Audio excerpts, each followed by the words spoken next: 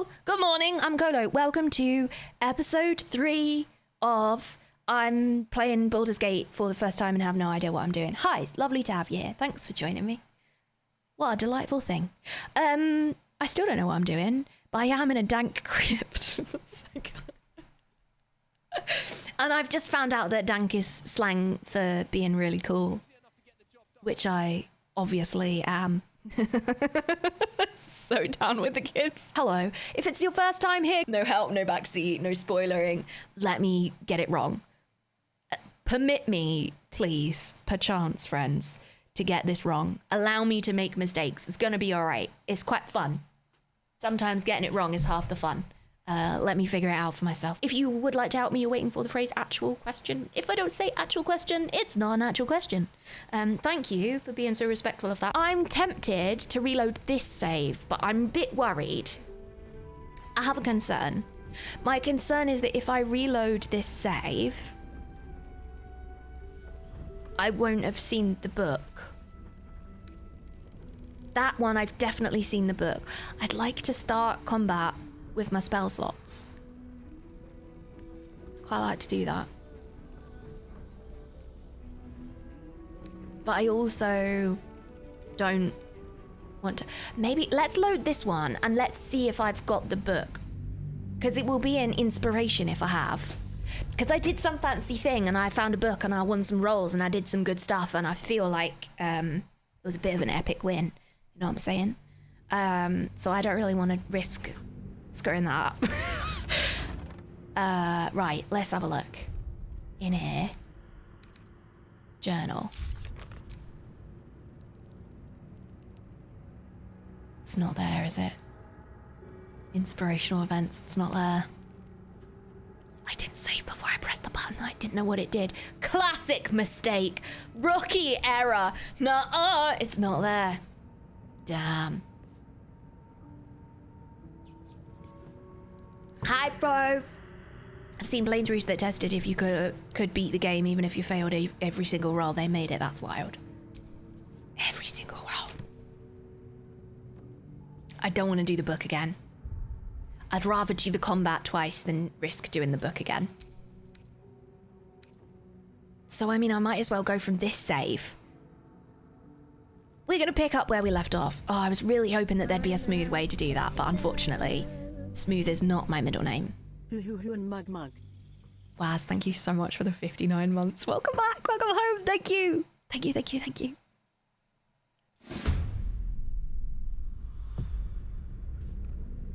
I wanted to try and be out of combat because I didn't know that I could only use one of my fancy things. This one, natural recovery. No, not natural recovery. It's like that, but it's not that. The one that recharges my spelleroonies. I don't know why it is. But I thought I can only use that one out of combat. Yeah, it is that one. Replenish expended splouse. That's really hard to say. Replenish expended spell slots while out of combat. That's real hard to say. It's really hard to say. Wait, is this not Colo Smooth Jones? Yeah, it's not me. I'm sorry. I'm not very smooth. I do my best. I was sort of thinking about trying to do a little sneaky attack on these beasties over here. I've still got my cantrips.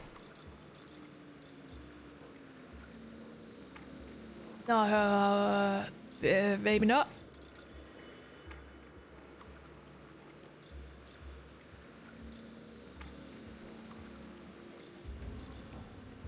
Dismiss, produce flame when thrown.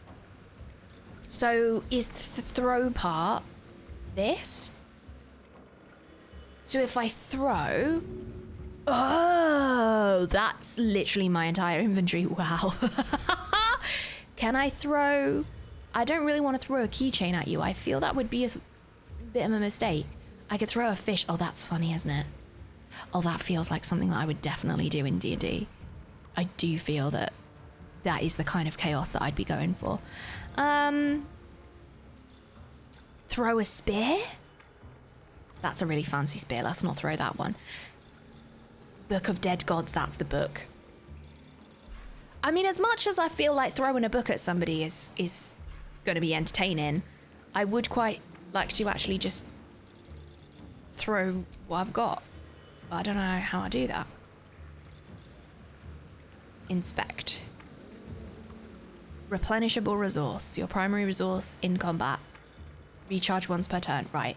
A flame in your hand sheds a light in a 9-meter radius and deals 1 to 8 fire damage when thrown. Throwing the flame immediately after you conjure it does not cost an action. Oh, I thought I'd already conjured it because I've got it and it's lighting me up. But maybe I have to summon it first?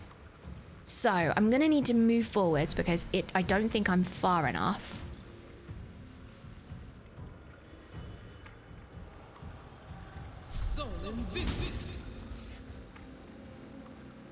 Why has it crossed itself out? Oh, there we go. Produce flame hurl. Yeah, out of range. Oh no, not out of range. 1 to 8 damage. All right, let's do it. It's fun, innit? Let's do it. Death won't take me yet. I'll take it. Not bad. Not bad. I'm pretty vulnerable to fish damage. Hey, Wonk. Hey, lovely. I know if we've moved on, but I still miss Codswallop. I know, I do miss Codswallop too. I also miss my doggo.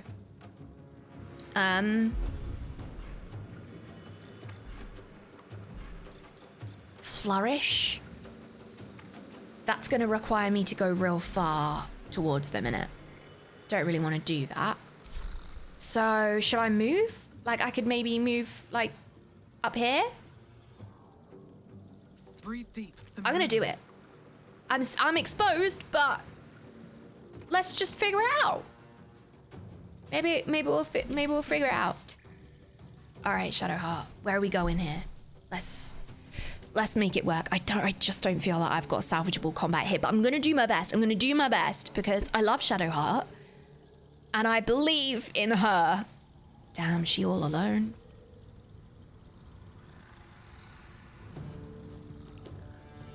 That's a horrible noise. Can you hear that noise? Oh no, this dude's got that dude with the doodah. I don't know what that means. An action and channel divinity. Maybe we do that. We could do that. Illusionary double. Distract your enemies with an illusion within 3 meters, 3 meters of the illusion. Attack rolls have advantage for you and your allies. Ooh. Not enough space. Oh, I have to put it down.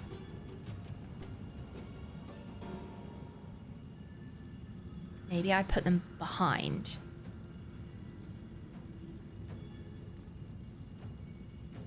Or do I put it here? Yeah, I'm gonna put it here so it's then in between those two enemies. Let's try it. Extreme Ghoulish. Hi, Hurricane. How many times have I said hello to you now? 5? 6? Not enough. Hi, Hurricane. Hey, AJ. There's a rumbling thunderstorm outside. Yeah, I know. I love the thunder too. Okay, so we've got a illusionary double. Oh, damn, me. Is that convincing? Are people convinced by that? More specifically, are creatures risen from the dead convinced by that? Because that's kind of all it needs to do right now. That's sort of all it needs to do here, if I'm totally honest. I'd like to shove you. Baby, you should let me shove you. But is it gonna break your doodah? Is it gonna break your little situation over there? Let's find out. Shove! Failed. Well, an attempt was made, wasn't it? End turn. Confirm, activate Witch Bolt. Yes, please. Oh, I have to hold. Do I have to hold it? Wait. What? What have I done? I'd like to confirm activate Witch Bolt, please. What am I doing here? Why is this not working? Do I have to hold it down? Oh, please tell me I'm not gonna hurt everybody else. Oh, I'm gonna hurt everybody else, aren't I?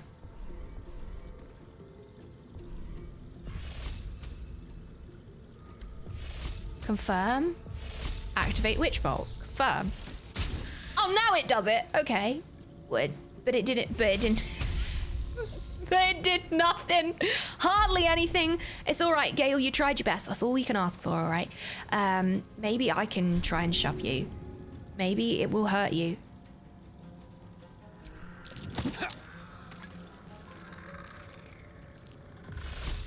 And we're still connected. Lovely. Confirm. Not enough actions. Fine. I've got a spell slot still, but we can just wait for that. We can wait for that. End turn. Oh dear. Oh well, that worked. Oh, that worked. I knew there was a mistake standing right in line of sight. Yeah, I'm gonna be dead, aren't I?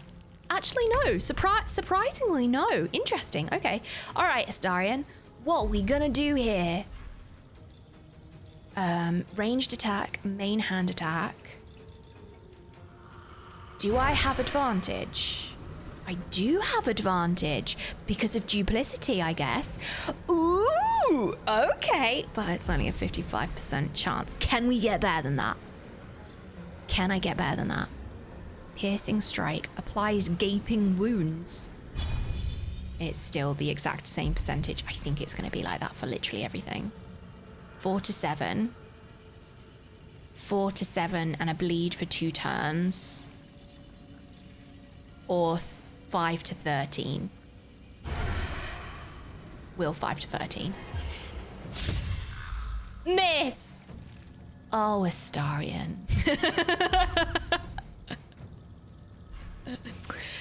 Damn! We tried so hard! Alright, go on then. Let's do an offhand. 2. Better than nothing. It's better than nothing. That's alright. That's alright. Alright, now, stand in my way. I mean, quite a lot is standing in my way at the moment. Actually, to the point where I'm not sure I've got line of sight on this enemy, if I'm totally honest. Reduced movement, Ray of Frost. Well, I am a little frosty. Let's see what we can do here.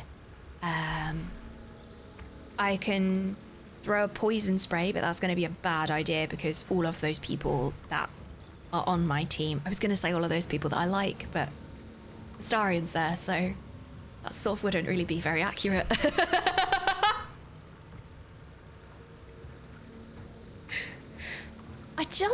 I'm waiting for him to redeem himself because I feel like the whole internet fancies Astarion.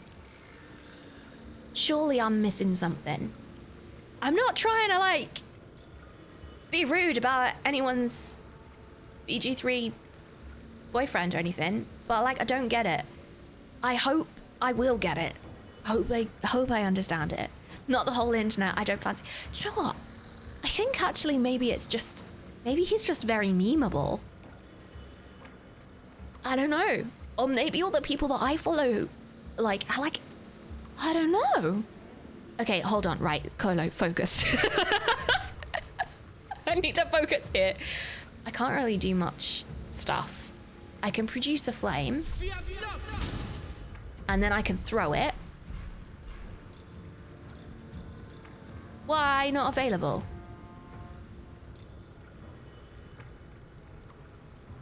Why can't I throw you?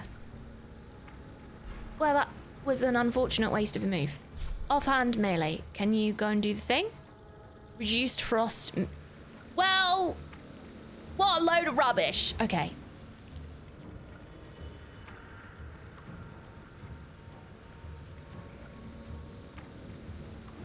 I'm gonna move hopefully a little bit out of silenced.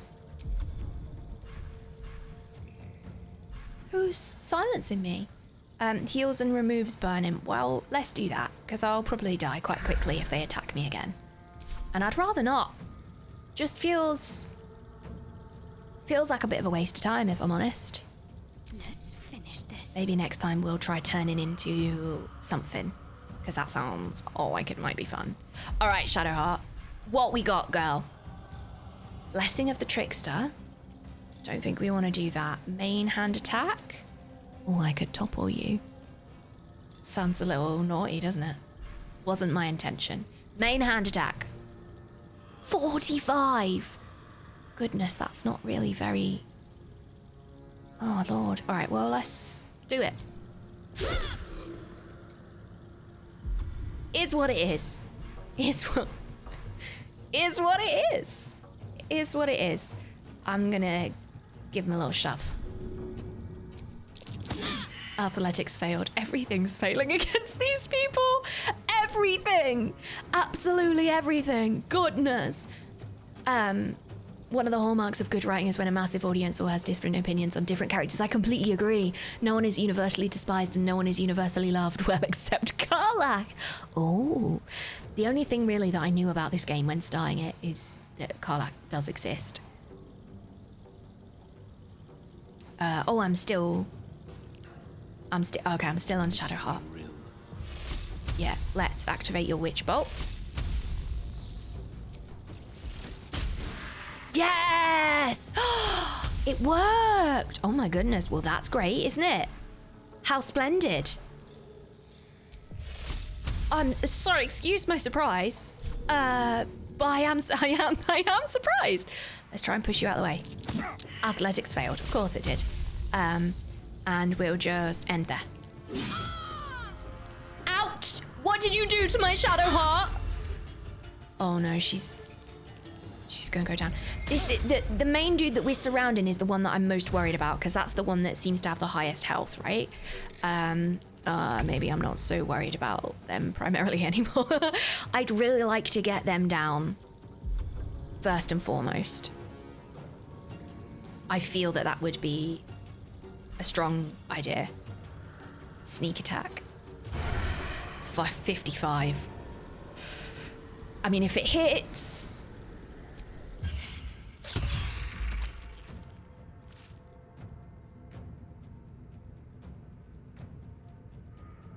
Oh, it hit.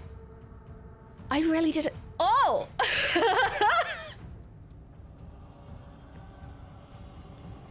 It hit. I mean, there's a first time for everything, Astarion. First time for everything, bro.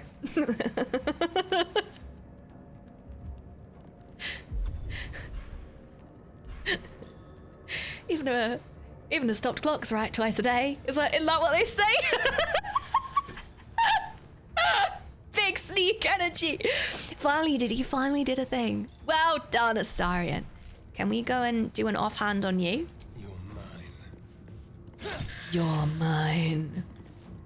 But you did hit him. Well done. What are you trying to do? You trying to light the doodahs? Is that... Oh, I did have a voice line about how we were going to use the dark to our advantage, so maybe I shouldn't have done that. I'll just turn it off. Like a light switch, just go click. Can't even catch my breath. Can't cast spells. Well, that's alright, because I don't have a single spell slot. Can I be a wild shape? Sure. What's going to be useful? I could, maybe scrape you. It has 2 hit points. 20 hit points if I'm a spider. Assume the shape of a giant spider that can enweb enemies. The giant spider has a starting health of 20 hit points that increases every 2 druid levels. Okay. Assume the shape of a direwolf that can incite allies and distract enemies. The direwolf has a starting health of 18 hit points. Okay. Or the bear. The badger. Burrow into the ground. I guess a spider might be useful. Maybe I can poison people. I haven't been a spider before. Am I gonna be terrifying? Oh my god, I'm terrifying!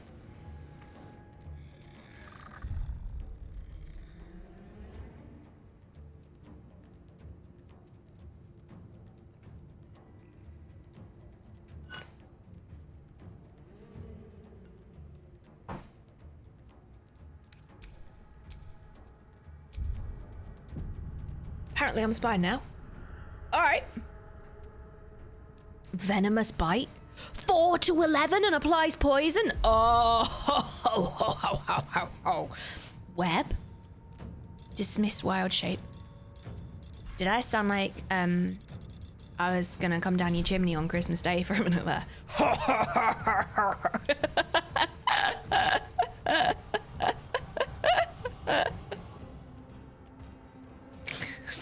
So many hugs. I know, I'm ready for it.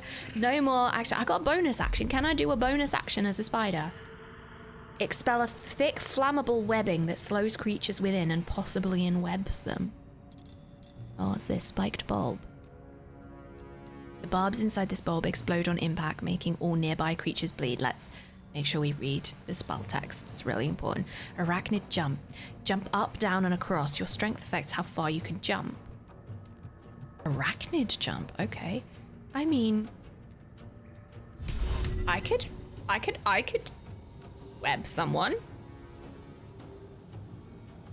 Can I web you? First step is the hardest. Oh, hey, I did a web. Cool. I don't know what I did, but I did it. End turn. I'm having so much fun with this game. All right, Shadowheart. We can make this work. So you can't cast spells because you're silenced, but you can do a main hand attack. Not enough movement.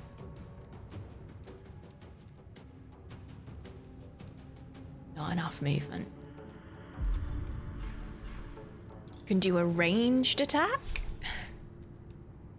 94%? Oh, difficult terrain. So oh, so it's easier to hit you because you're webbed to the floor. Of course. Well, that makes sense. All right, let's go. Okay. Well, that was fun. Oh, this is such a masterpiece of a game, isn't it?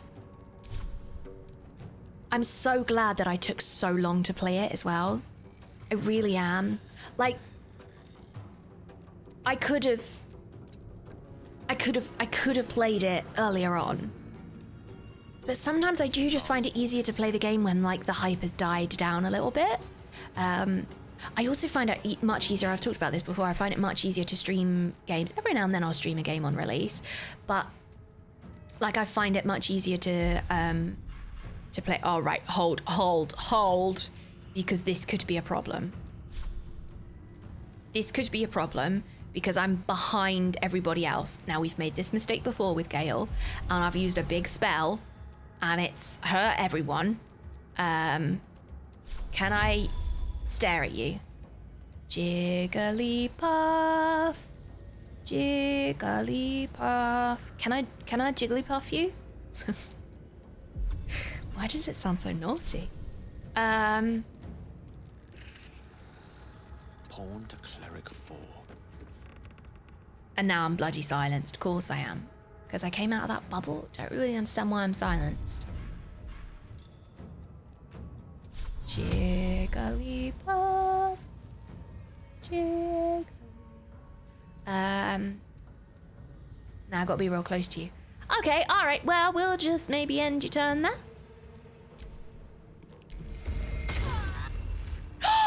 Rude.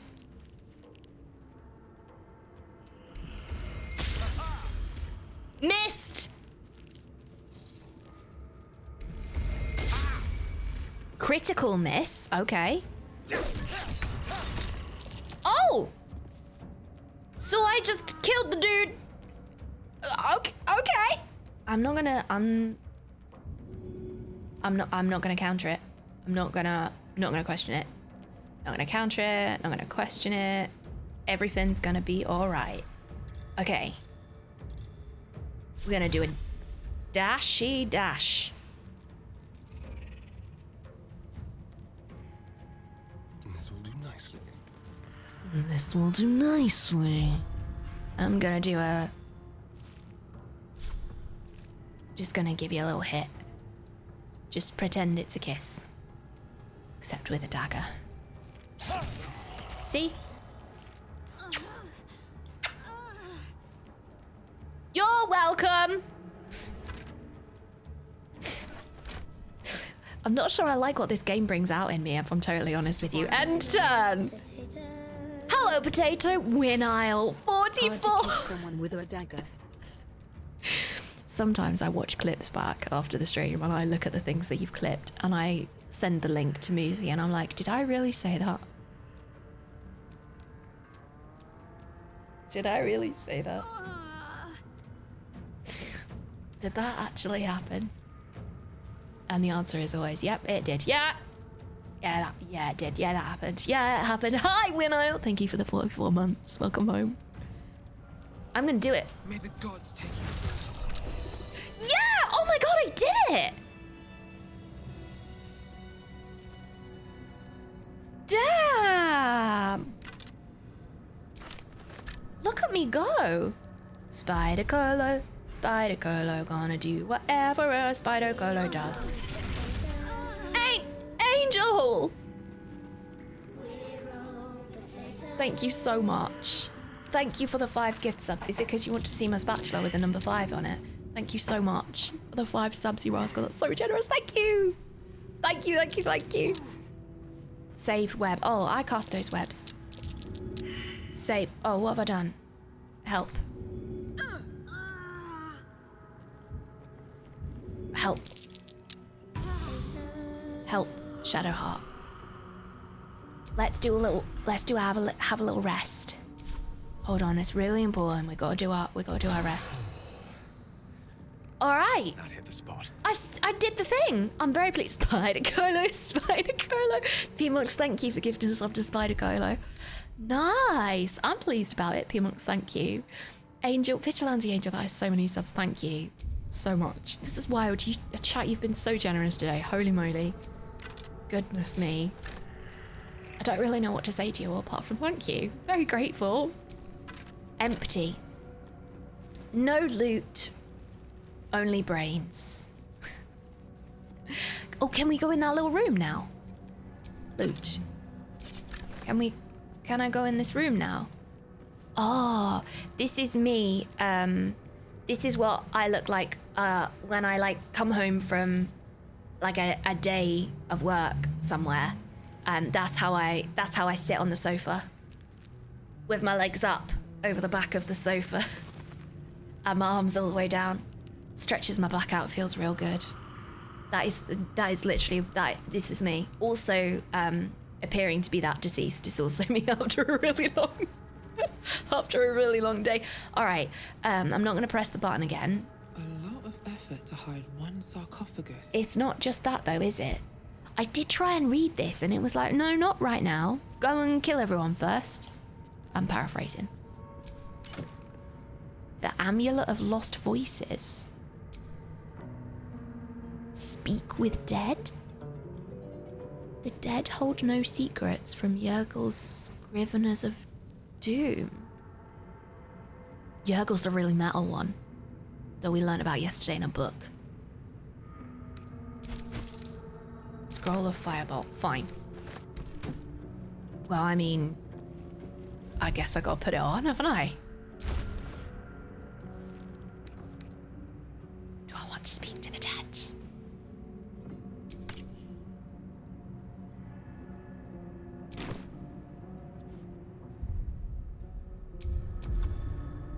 Do they not just want to be left in peace?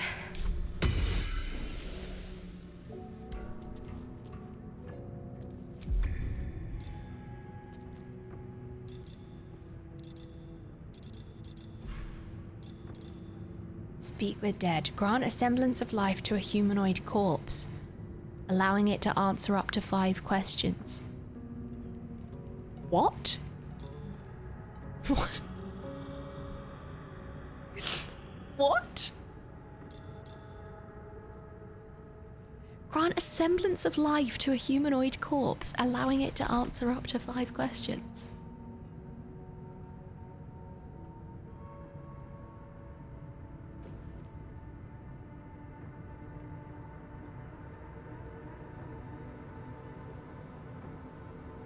What?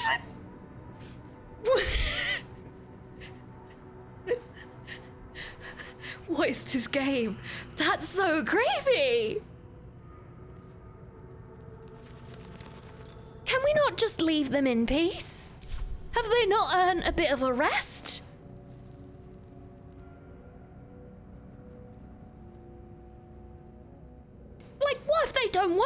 woken up? What if they were having a really great dream?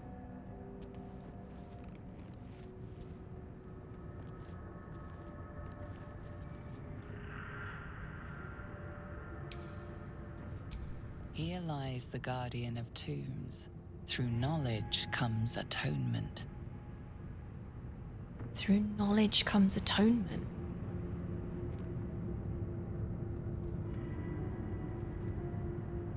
Do you know what I think freaks me out the most about this? It's a semblance of life. Like, that's the creepy thing with... Like, I'm not bringing it back to life. I'm just making it look like... Have you ever seen those videos? Hear me out. Have you ever seen those videos of, like, those parasites that... This is horrible. Just a warning. That can, like, take control of the nervous system of a creature and, like, make it walk and, like, make it move and stuff after it's very long been dead. Am I no better than one of those parasites? Just being a little puppeteer? But without the fancy red and white stripy tent?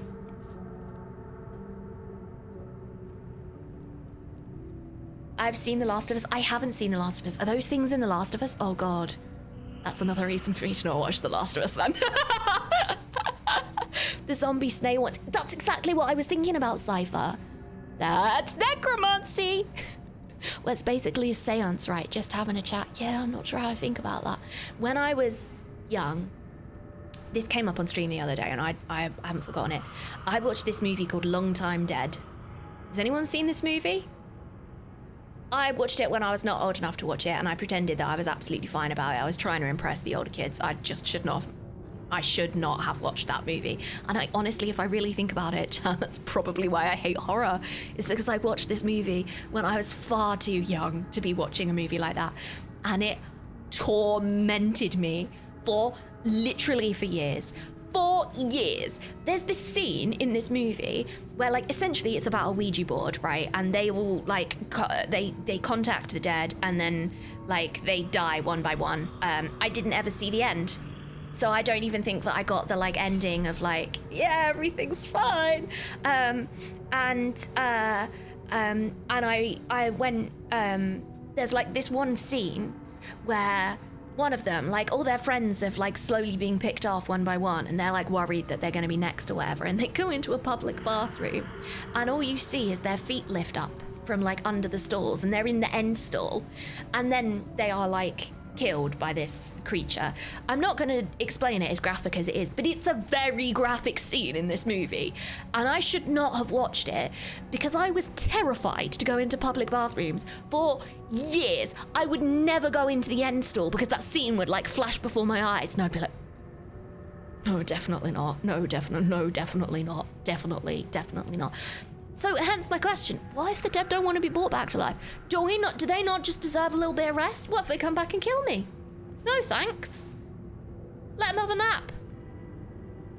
You know? Public bathrooms are terrifying, that they are. Think of it as FaceTime with the dead. I don't really want to do that either, if I'm honest. Ain't no rest for the wicked. We're doomed then, Cypher. Just ask them if they want to talk to you. Yeah, maybe I should, actually. Maybe I should just wake them up and be like, do you want to chat? But what if I wake them up from their, like, long slumber and they can't get back to sleep? What if they were having a great dream? Has that ever happened to you? Where you're just having the best dream and then you wake up and you're really sad and you try and get back to sleep and put yourself back in the dream world. Have you ever done that? I do it all the time. I have great dreams. I have terrifying dreams as well. Just for balance.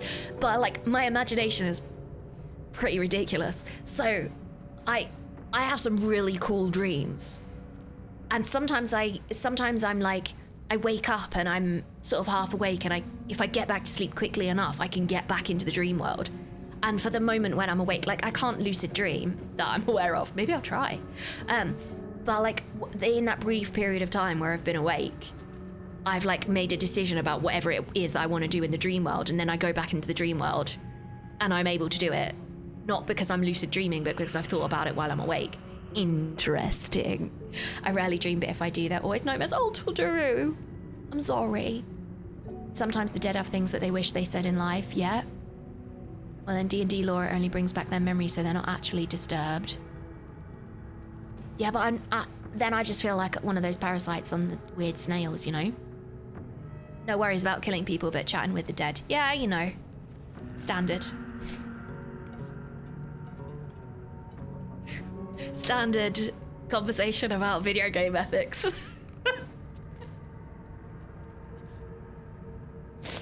Pretty standard. Pretty standard! If I recall correctly, it's only the body that speaks. The soul is not present during the spell. I don't know if I like that either, because then am I not just a parasite? Like, isn't it quite nice that nobody can ever have our memories? Isn't that quite nice? Isn't that quite nice? I don't know. Recently I had some dreams about meeting old crushes and friends that I don't see anymore. I often have dreams that I'm back at secondary school and I like really need a wee, but I can't remember where the toilet is. I've given up telling my mum about dreams now. And don't get me wrong, Hello's mum, she's not very like massively spiritual or anything, but she'll be like, oh, well that probably means something, something, something, and she'll like translate my dream and I'll be like, oh, I've been seen. So I've just stopped telling her about my dreams now. She's too right all the time. Have you been worried about anything really big at the moment? Yeah. Yeah, all right. Fine.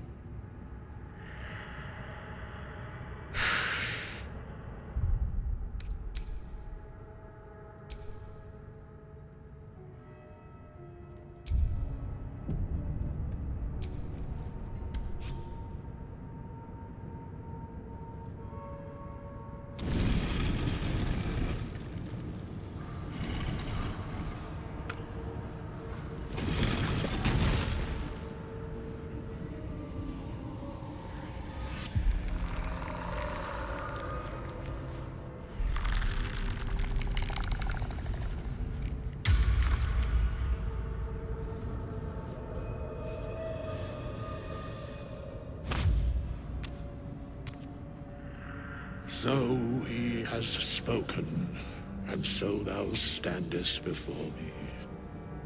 Right, as always. What a curious way to awaken. Now, I have a question for thee. What is the worth of a single mortal's life?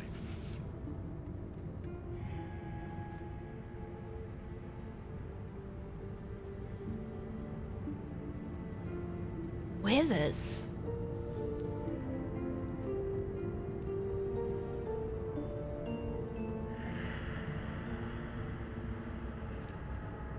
As in like withering away. I just need you to know that I didn't read Withers when I first saw their name. I read Smithers, and now all I can think is that this dude was once in The Simpsons, and it's sort of thrown me out of it, if I'm totally honest. Like I was really in the moment. That's really ready for it. And now I just think maybe he's being terrorized by Bart Simpson sometimes.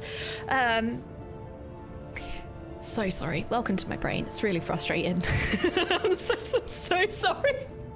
I was so ready for this moment. Okay, now I have a question for thee. What is the worth of a single mortal's life? Quite the question. What's the reason for it? So he has spoken. What he you talking about? A little spooked by the crawling out the tomb bit. Actually, I'm not spooked by the crawling out the tomb bit as I thought I would be. So I'm not going to ask that one. A peaceful undead. Interesting. Why aren't you attacking me?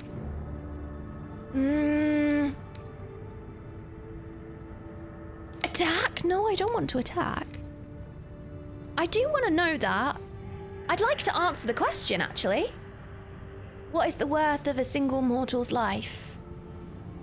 The sum of their experiences and the tapestry that they wove with all of the threads that they found along the way, across all of their journey and all of their years. Unquantifiable. I'd like to say that, please.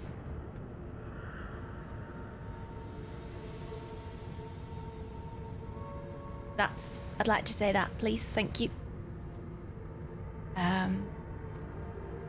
I'm not gonna say 3. I'm not gonna say little spooked by that. I'm not gonna say that. Quite the question, what's the reason for it? I wanna be respectful. They've been dead for bloody years, right? Or that I've had the audacity to wake them up. The least I could do is answer the bloody question. I don't like any of these answers. So here spoken, what is here you talking about? I'm gonna comment on them being peaceful and hope that that allows me to say something. I don't know. Because that would be senseless. Wilt thou answer my question? Yes, I would really like to. Yes. Ask away. So, I ask again, what is the worth of a single mortal life? Ooh. No one life is worth more than the other. We are all equal. That depends on a person's deeds. Life's only value is as currency. Doesn't matter to me otherwise. Each life is of infinite value and merit, sacrificing everything for. The only life that matters is mine? Depends on the mortal.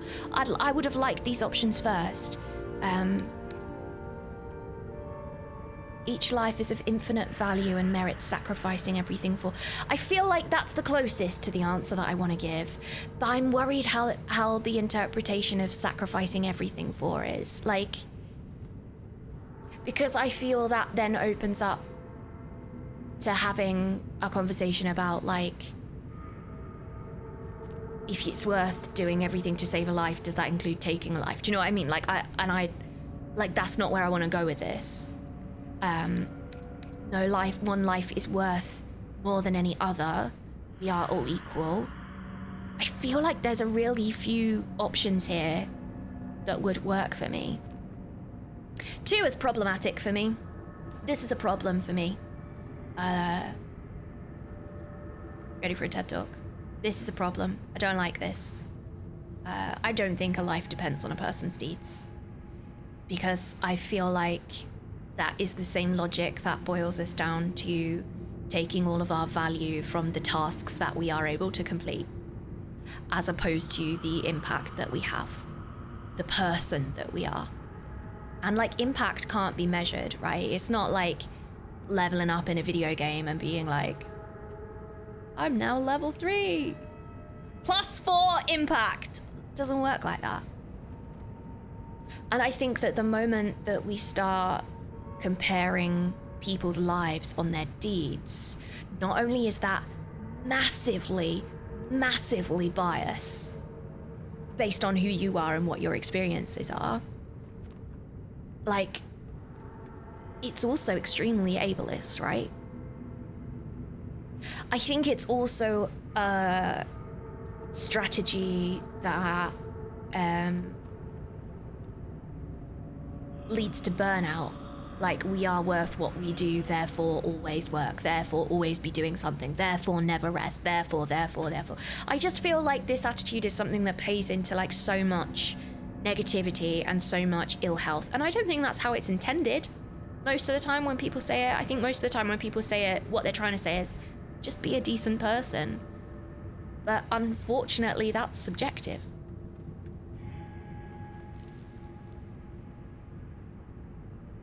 Unfortunately, that's subjective.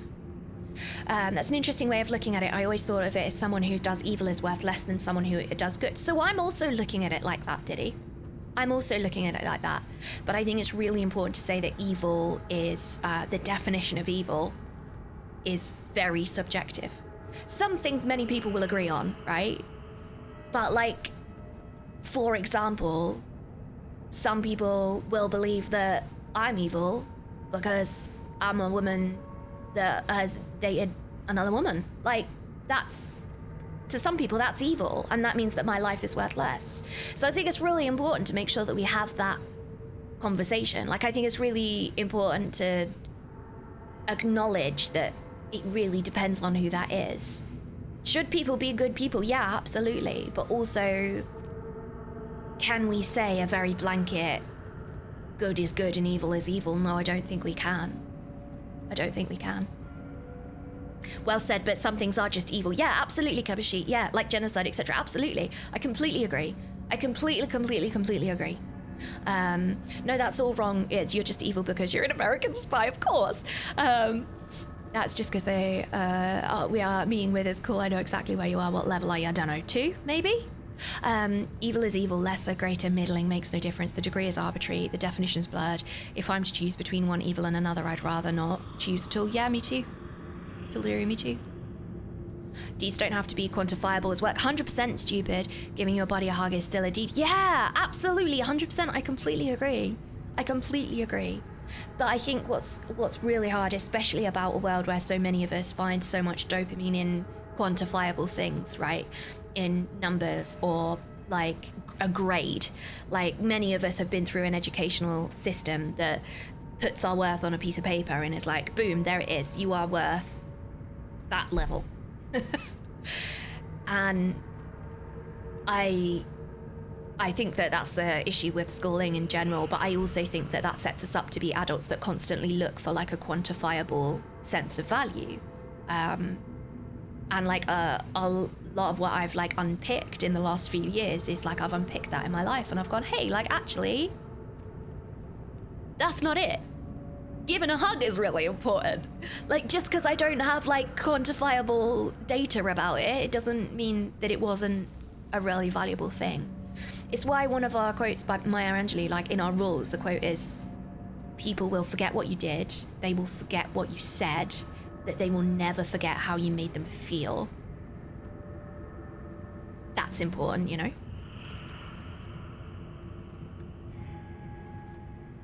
I suppose cows would have blue and orange morality. Sipping water. Hi, Aromia. I'm all about the infinite value myself, mainly because I refuse to quantify it. I love that. I love that you refuse to quantify it. I love that. Place a value on someone's existence, no matter their deeds, history, potential. I also, yeah. Although I do like to save scum and see what benefits being evil would bring me. Musi, of course.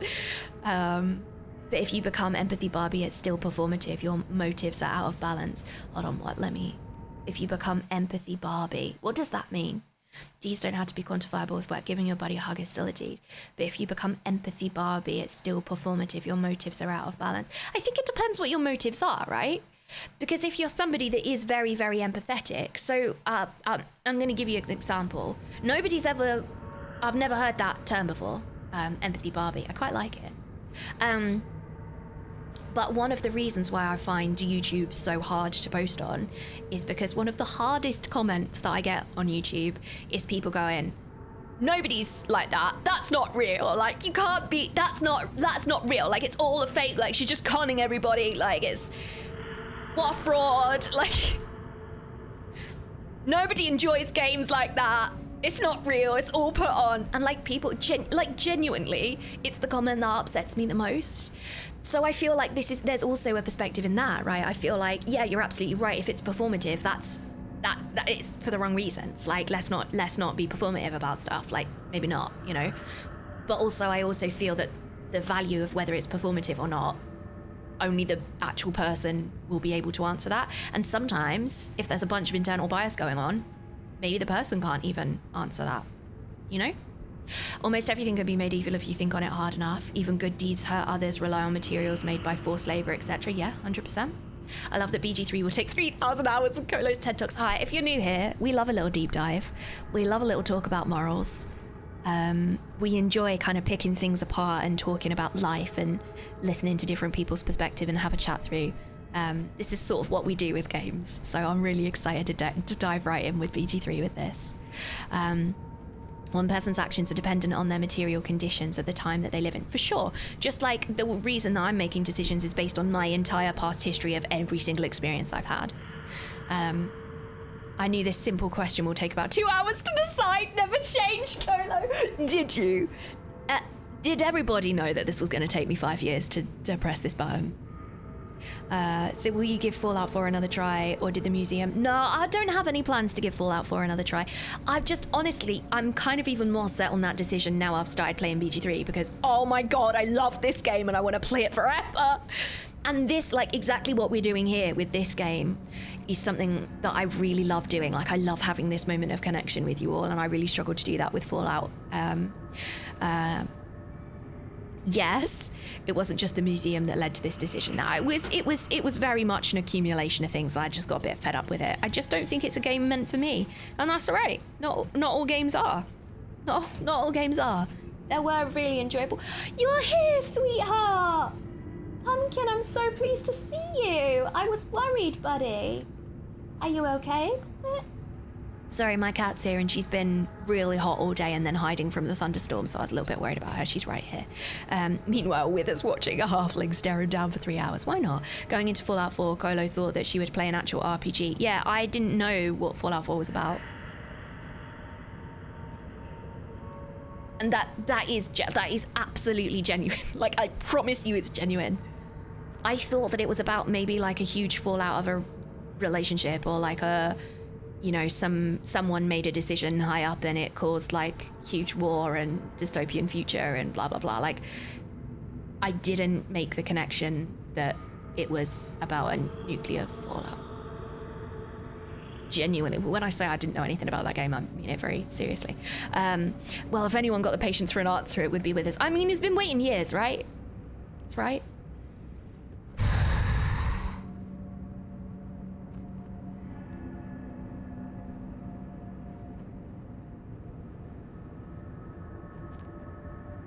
I'm just having a little silent read of chat. I too have stopped on my playthrough of Fallout more because I felt invested. I'm so invested in this game. A Barbie is a perfectionist of some description.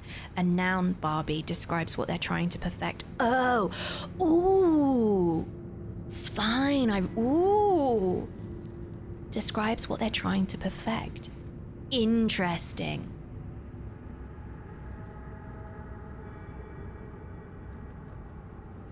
Interesting.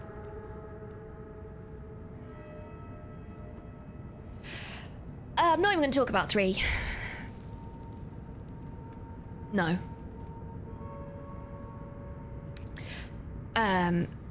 This is the one that I'm most drawn to, but because of the first part. Because of the first part.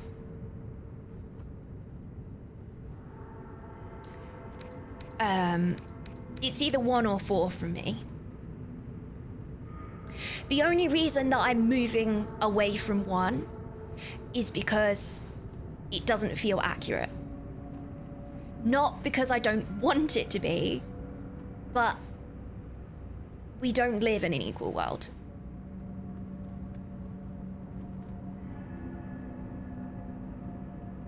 I really wish we did. And you know what's really interesting is if I'd have played this game 3 years ago, 4 years ago, before I became disabled, I probably would have said number 1. I probably would have gone from number 1.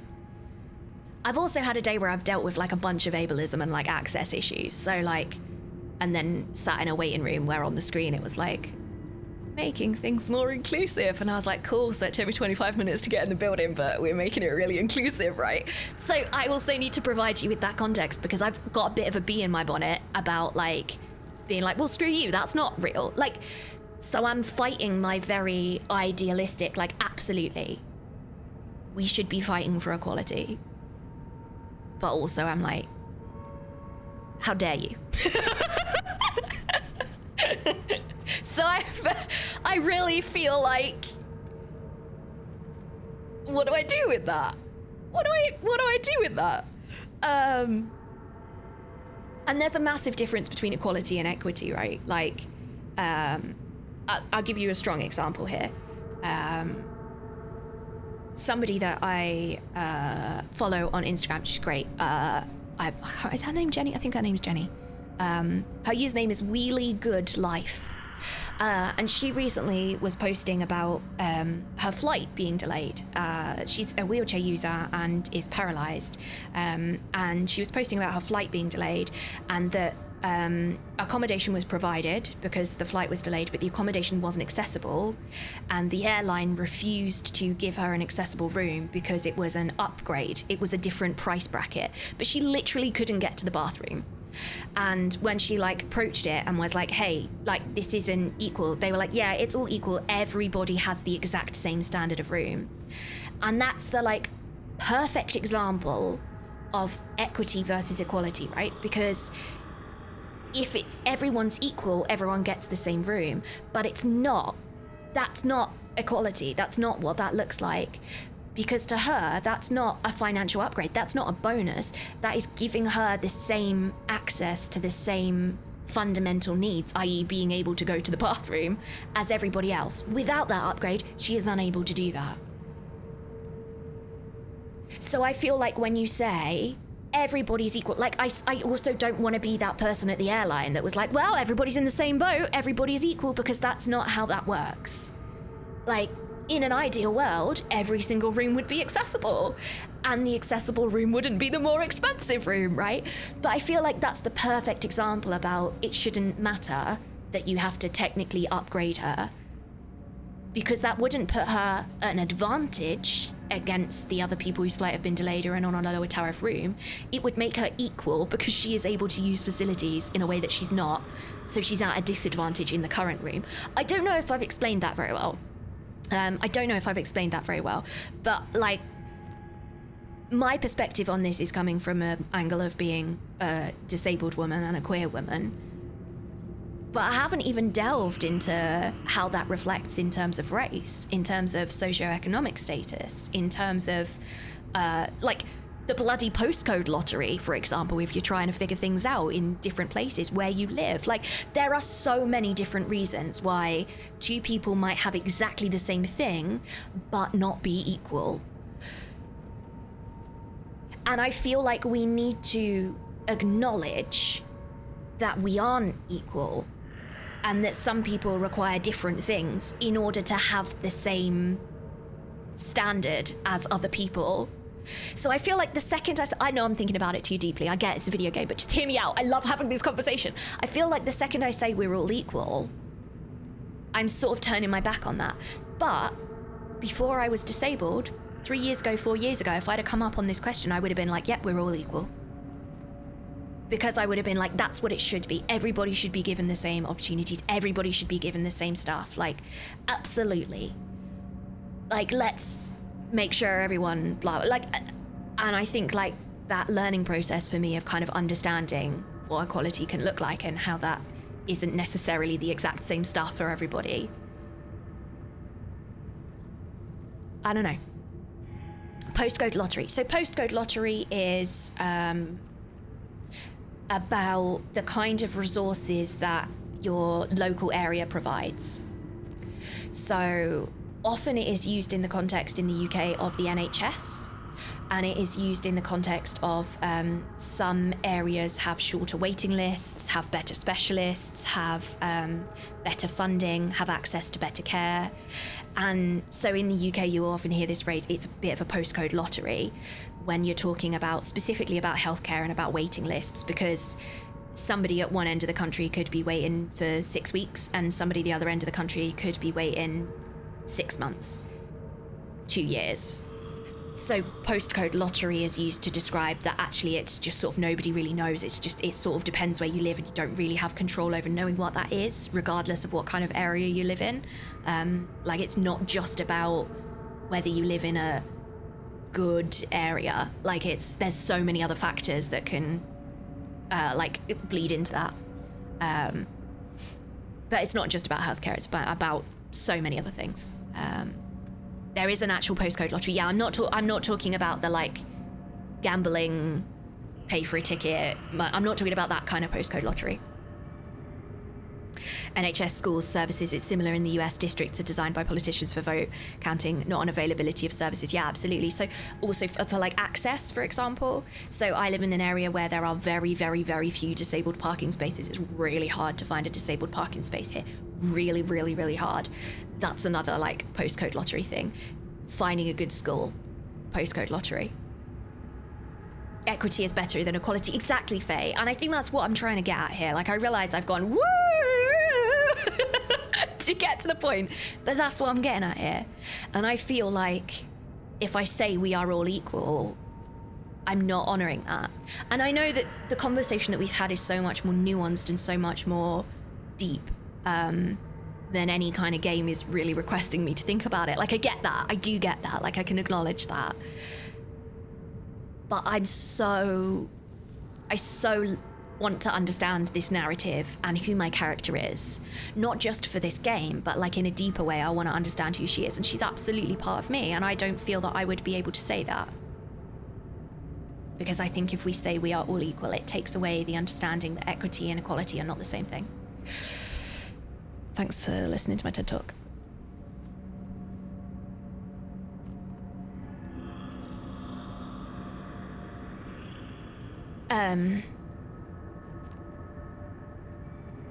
Which means I've ruled all the rest of them out, and it's going to be 4. Each life is of infinite value and merits sacrificing everything for. I'm not keen on where it's going in terms of saying, oh, it's worth sacrificing everything for, because I do feel that's going to lead into her, like, sacrificing another life. That's not really what I'm going on here. But I think the thing that I'm vibing most strongly with here is that every life is of an infinite value, an unquantifiable value.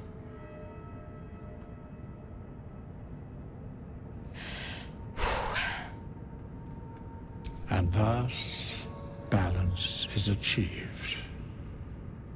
If all are at war, none can win. Very well. I am satisfied. Oh, okay. We have met, and I know thy face. We will see each other again at the proper time and place. Farewell.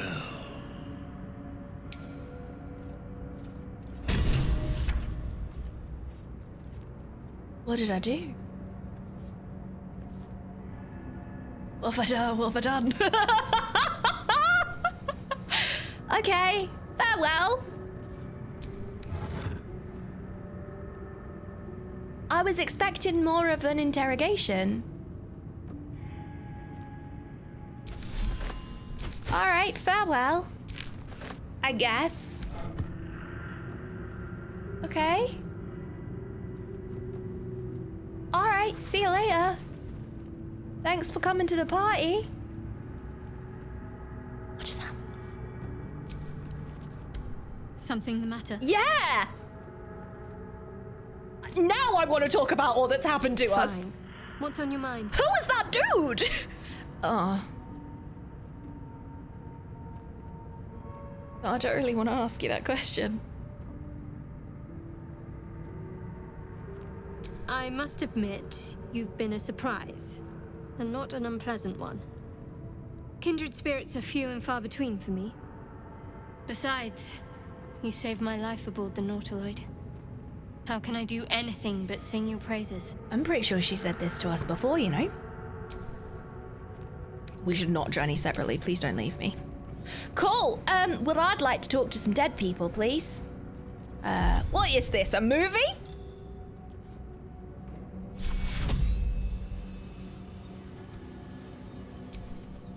Tekira! I love you. We should go talk to some dead people. Can I have a break first? I'm gonna have a break first. I'm gonna go and cast the spell and then speak to some of these skeletons and see what they got to say. Cause it's a game, right? Is that what my character would do? It's not what I'd do. I'm a bit freaked out by it, if I'm totally honest. But maybe I can play a character who's like alright about that and doesn't feel that it's morally confusing and a little bit shady. Maybe we can just play the game and have fun. Maybe. Maybe this is one of these moments where I just have to let it go. This is one of these moments where Ocean would be like, do you just need a little minute to be Amy Santiago about it and then we'll come back to it.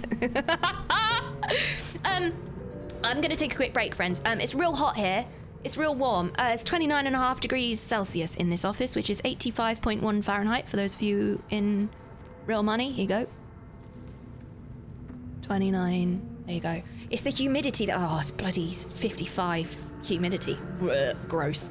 I'm going to play a video while I'm gone. Please make sure that you're hydrating. Oh, it's so important. Ignore that end of actual question. I pressed the wrong button. Please make sure you're hydrating. It's so important. Please look after yourself. If it's something that would be good for your body to do, then give it a little move in whatever way that works for you. But don't do that if it's gonna hurt you, all right? Danny's not here, but this is usually where I would say, no lunges, Danny. Please make sure that you are taking care of yourself. Pet the cat, feed the dog. Don't forget about your laundry. Don't forget about your meds. And I'll see you in a short while. I'll play an ad in the break so we get another hour for ad-free. And I gotta go and check on the doggo and make sure he's not too hot. But I'll play a little video. Hey, sorry I'm late. Dog wouldn't come in. Sorry I'm late. How late am I? How long have you been on a blank screen? Sorry, friends. The doggo did not want to come in. Bless his little cottons. Seconds? Oh, brilliant! I got to the top of the stairs and I saw the blank screen and I was like, oh no! I must have looked just as it came out. What year is it? Hi. Thanks for the welcome back. Have you cooled yourselves down? It is remarkably hot in this room in comparison to the rest of the house. You're alright, aren't you? Pumpkin's sitting with the cross breeze from the fan and also from the window. Are you all hydrated? Are you hydrated? Hi, swans, welcome. Purge complete. Are you hydrated? Are you cool? I know you're cool. I asked on Instagram the other day, if anyone had any tips for keeping pets cool. And Muzi responded, sunglasses helps.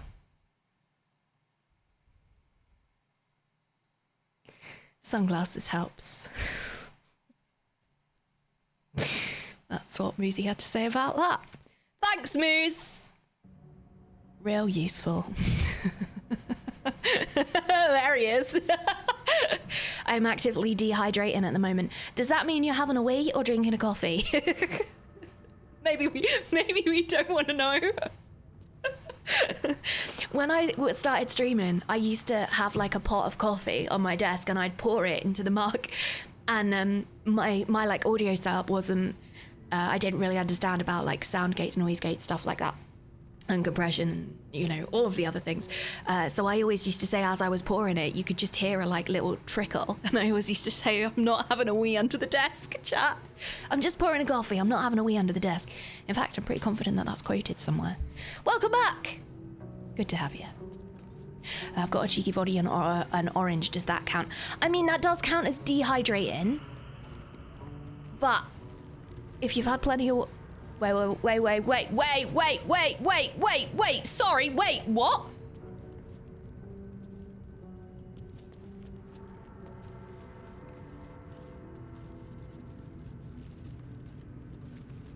Mate?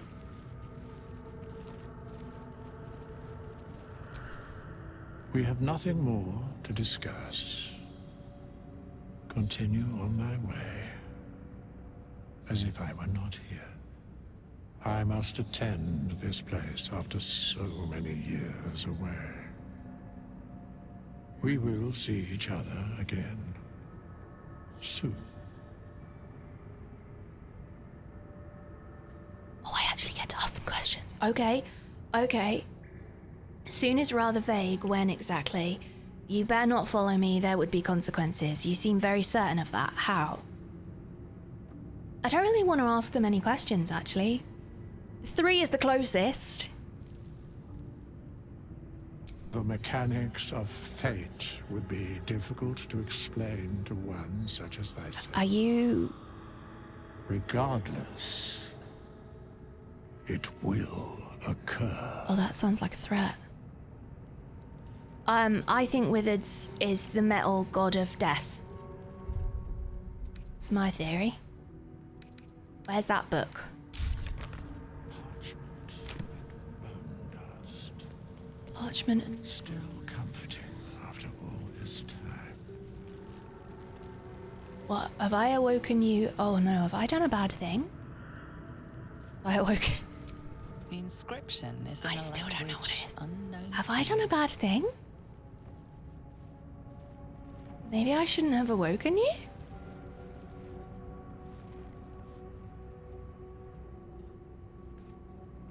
Oh dear. Oh dear. I feel I may have committed many errors. Name that reference.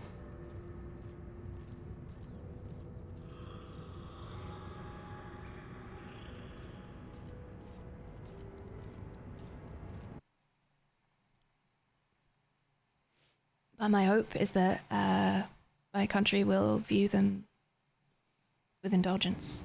After 45 years of my life dedicated to its service with an upright seal,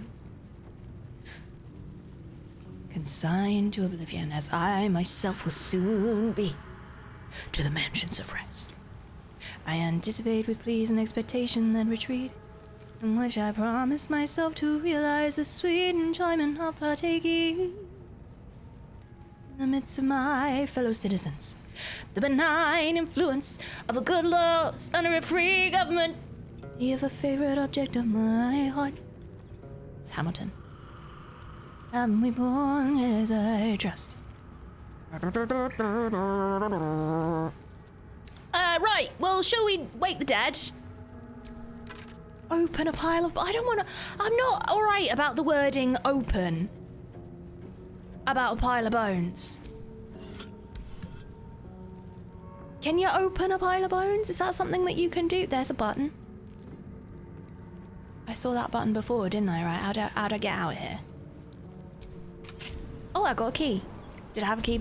Oh! Oh! Alright, anyone fancy a little sunbathe? I used a heavy key. I did use a heavy key. Cool! Dank crypt. I feel that this is going to be a problem. What's inside?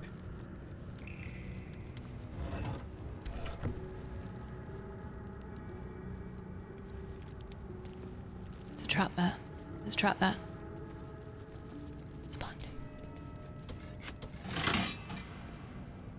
What does that button do? Need something? I didn't really want to talk to you.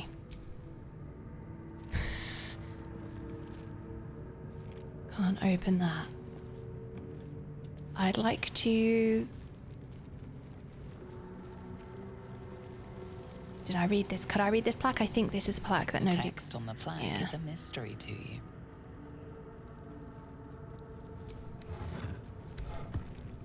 It just doesn't feel okay. If I'm honest, there's just nothing about this that feels... I don't like it, you know?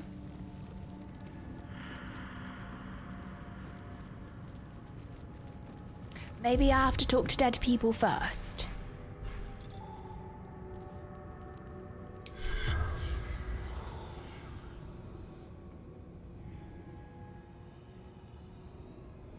And that other dude's not dead because he's still got 1 HP.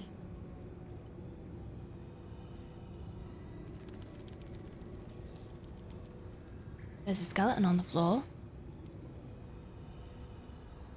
It's not a skeleton, it's a pile of bones. Okay.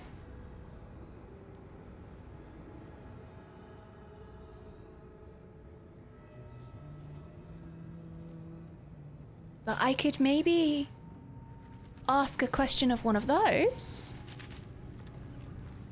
The ones that I killed. Oh,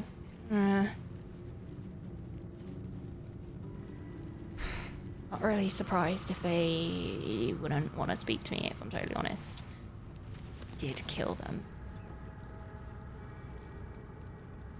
I didn't kill this one. I didn't kill that one. Can't target undead. Alright. Okay, alright. Undead. You undead? You're also dead. You're a dead undead. How many kinds of dead can you be? many, I guess. And what's out here then? Should we go on a little adventure? A skeleton is just a neatly stacked pile of bones. A skeleton is a neatly stacked pile of bones, and when you brush your teeth, you're actually just cleaning your skeleton. Weird, isn't it? Oh, hello. Oh, what's that do? Oh! Is there a fish just doing a little jump? Can I swim? Maybe this is not the place to find out? Oh, look. Okay. So that takes me all the way into the chapel. Well, where the beastie am I? I've come a very long way. I'm pretty sure it didn't look like this when we went in there. What if we keep walking? We can't. All right.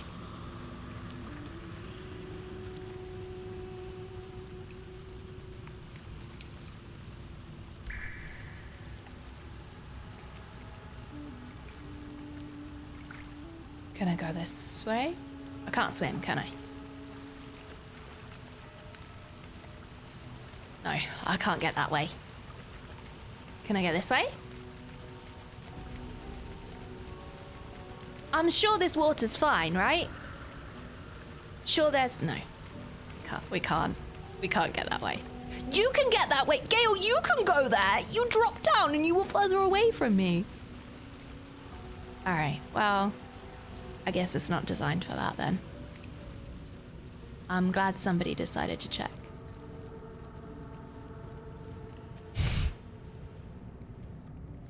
I'm really sad that I can't speak to anybody in here. I sort of got over my moral worries about it, and I was like, it's fine, it's a game, I can do it. And I sort of built myself up to do it, and... Oh. I can't do it now. Alright, okay. Fine! If that's the way you want to play the game. Alright. I guess you'd need a bridge over troubled water. I guess I would. I guess I would, Moose.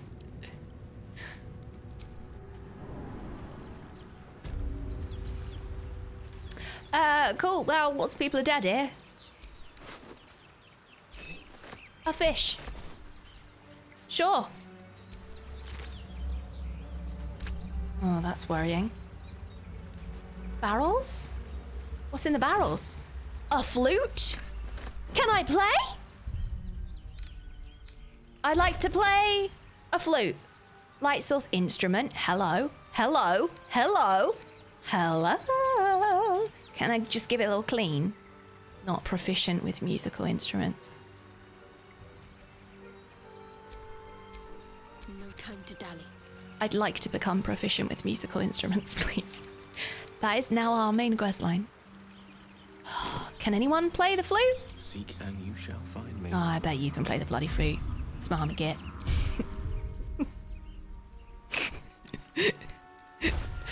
Say how you really feel, Colo.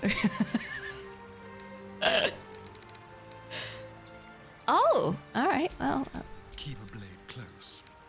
can you?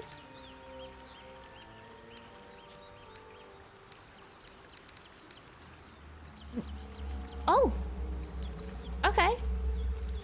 It said Diora's the Charming once lured a nest of harpies to their deaths using only a flute. Woo! Alright. Well, the barrels were interesting. Should we loot some more? Oh, I don't want to play you! Still alive, so that's progress. Oh, I love this game. I really like that it's given me such a strong reaction to these characters so early on. Thieves' tools, very nice, very nice, very nice, very nice. Rope, sure that'll come in useful. Hello, dead fisher. I'm pretty sure all these people died when I dropped a big alien flying octopus on their head. A perfumed letter, I'd like to read that, please. Sigh, I love you. There, I said it. And if you meet me tomorrow, I'll say it again and again and keep on saying it till we're old and grey. Oh no. So let's do it. Let's go to Baldur's Gate. I know it's risky, but so staying here. The last few months have been hard, but they're always a little easier when you're there. Leave your boat and meet me at the hill overlooking the old bridge. Bring whatever you can carry. We'll make do without the rest, don't be late. Oh my god, can I deliver it? Oh, can I deliver it? Can I deliver it? Sai and Anna. Sai and Anna. Tell me all about Sai. I'd like to deliver your letter. I would like to deliver your letter.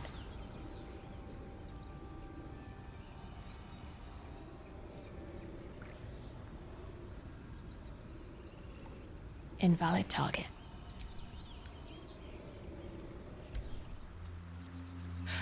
Just in case you're wondering, the main quest line is deliver this letter to Sai. So, the main quest line now. I don't make the rules. That is now the main quest line. I thought it was going to do What's a on your mind? Not you! I thought it was going to do a Skyrim, if I'm totally honest. I thought it was going to do a Skyrim and give me the quest. And I'm a little bit sad that it didn't. I'd like to deliver that. What's this? Backpack. Gold, water, and a red apple. Shanties. Shanties for the bitch queen. Do I need a crown? Do I need a crown?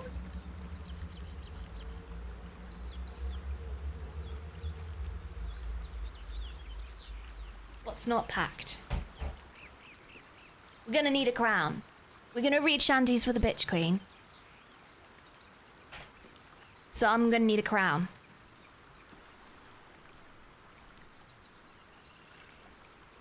Right, what can I make a crown out of? An envelope? A box? That's got stuff on it. Alright, hold on, I found some paper.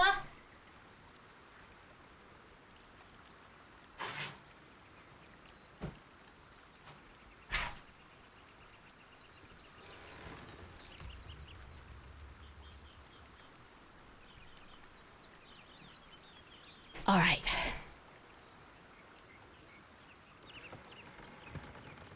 How's your origami skills, chat?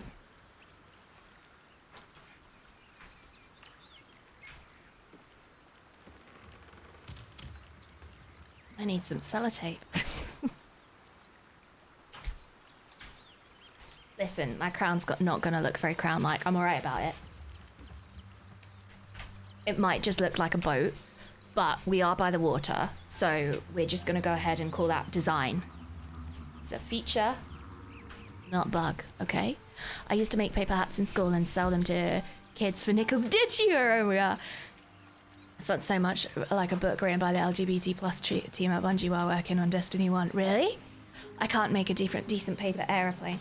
I can make one of these. Well, I can't actually. Oh, maybe I can. Now my hands are better. Maybe I'll be able to make one. Damn, what if I can make one? Oh, that would feel really good. Right, sorry, it's just really important that I have a crown. I'm sure you'll understand. It's just really important that I have a crown. It's just a very, it's a very fundamental moment just to read this book. How can you not? How would you not want to read that book? Do you know what I mean? That's an interesting. Who's the bitch queen? I'm really interested to find out. Also, I've said that word quite a lot. Don't know how I feel about it. Oh, I've done it wrong. That's not a...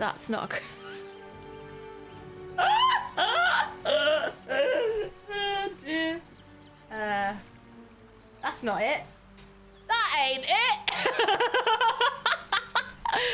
We've just got to have a crown. It is actually, what I'm trying to do is make the start of one of these things that I've got on my arms, so. My hands have done a lot today. Can they do this? This is a really good test, actually.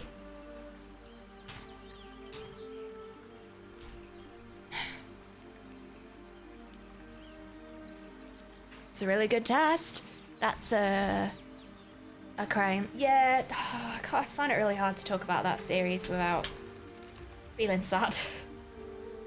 I'm honest. You could make a tiara. I'm making a little boat that's just going to sit on my head, or at least that's the aim. Can I just say, I really appreciate that not one of you has questioned this. Not one person has been like, "Why are you making a crown?" Everyone's just been like, okay. All right, yeah, we're just having a pause because Gola needs to make a crown before she can read this book.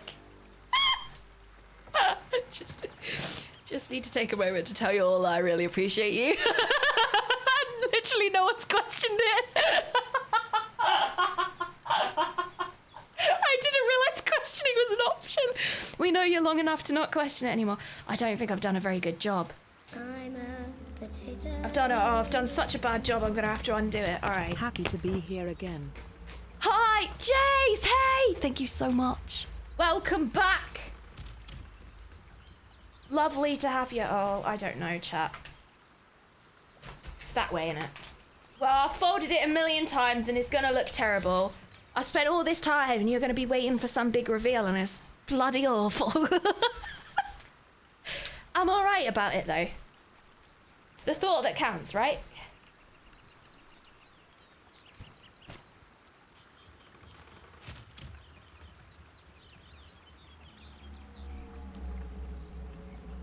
Alright, I got my crown on, I'm ready to read shanties for the bitch queen.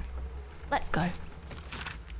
And we all row with the spray upon our necks, and we all row with the spray upon our backs, and we all row with the sea beneath our feet, and the bitch queen stays the storm.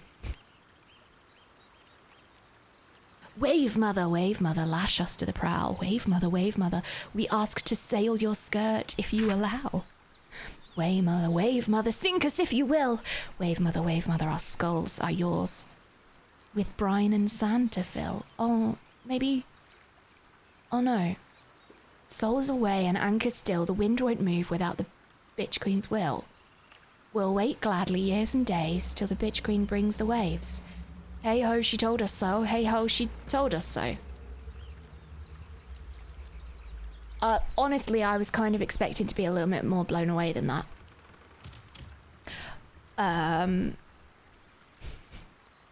I do, I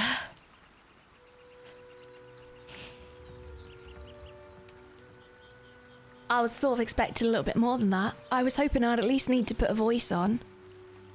Devastating. This is a Brad crown, but it's a great sailor's cap. I mean, we are by the sea.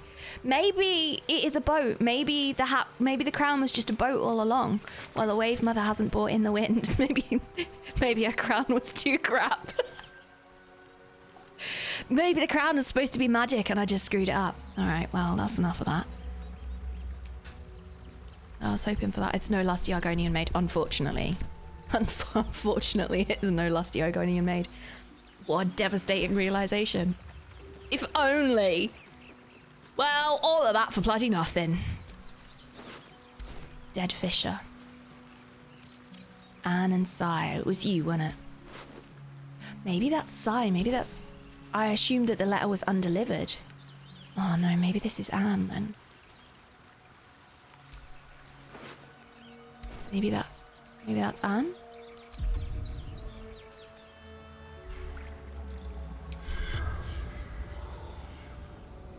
Oh, so it works on you, but not on you. Okay.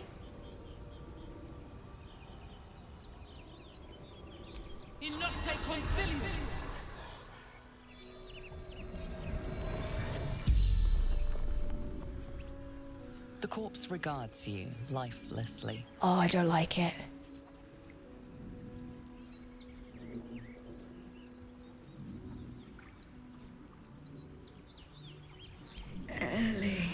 Ellie.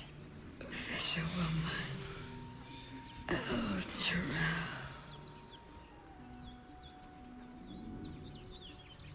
I don't like it. I'm so uncomfy.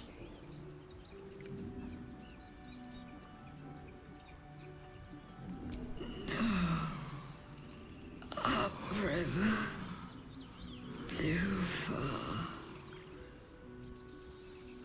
Chased ill. Brains chased me. Brains chased you. So these brains, I guess. Yeah, I don't know how I feel about that. Do you think that counts as a humanoid corpse? It's got a human brain, doesn't it? Maybe I'd feel less weird about waking that up. Or maybe I wouldn't. Brains chased you.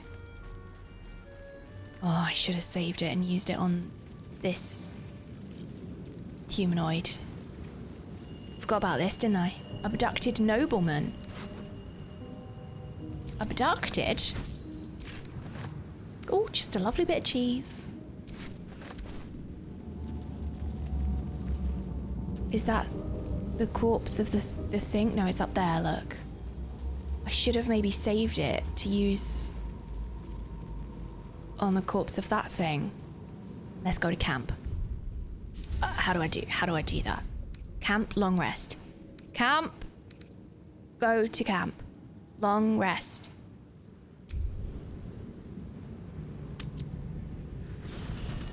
I don't have to go to camp to do it. Oh, I do have to go to camp to do it. Oh, look, hello.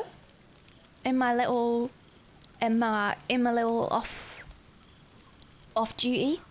In my civvies. That's a real fancy shirt. I'd like me one of them.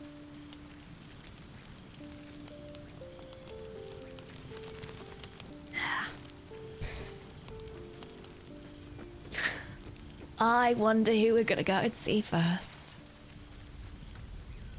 Hello. How do you feel?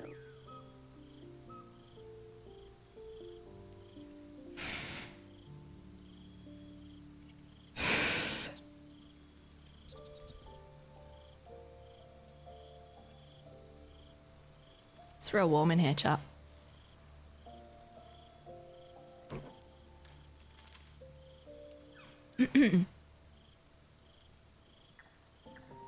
Much better than I thought I would, given the circumstances. Yeah, do you know what?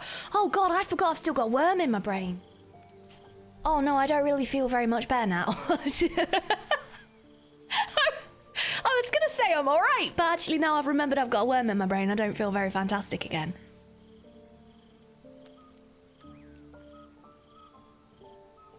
I don't know. I hope that she takes this as me like genuinely asking the question and not like deflecting. Better than I ought to.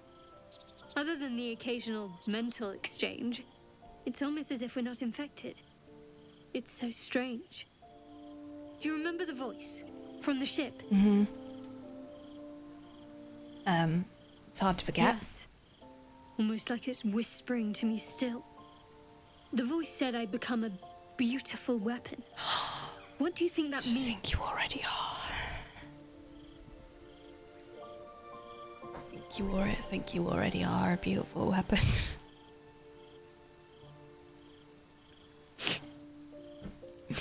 This feels like a personal moment. This suddenly feels like a private moment. Maybe it's a compliment. I don't think it is a compliment, but I'd like to give you one.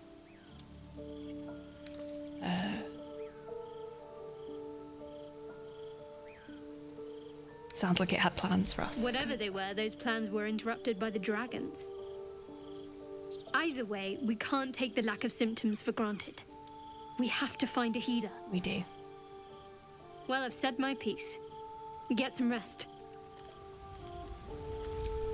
Oh, no, I don't know! I don't want to... Oh.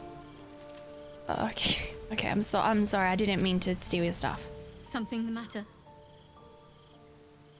I just think that I really like your brain and your story, and when it comes up in the corner and it says Shadowheart approves, it makes me feel things.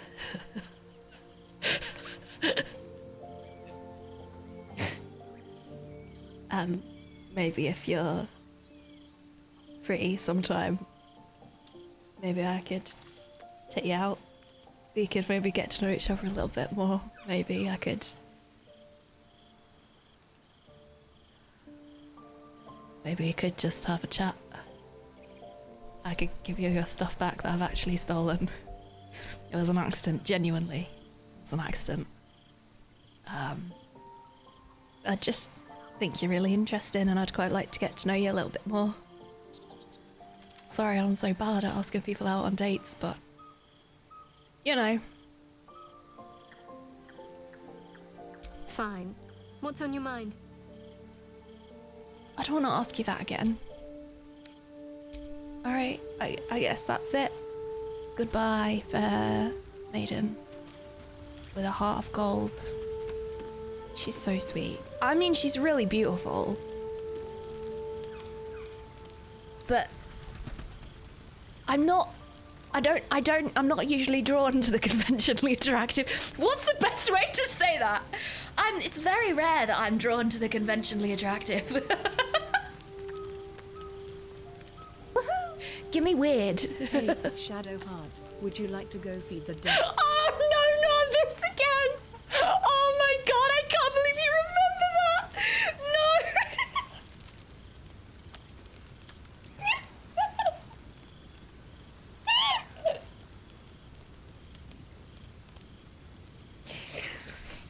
Yeah.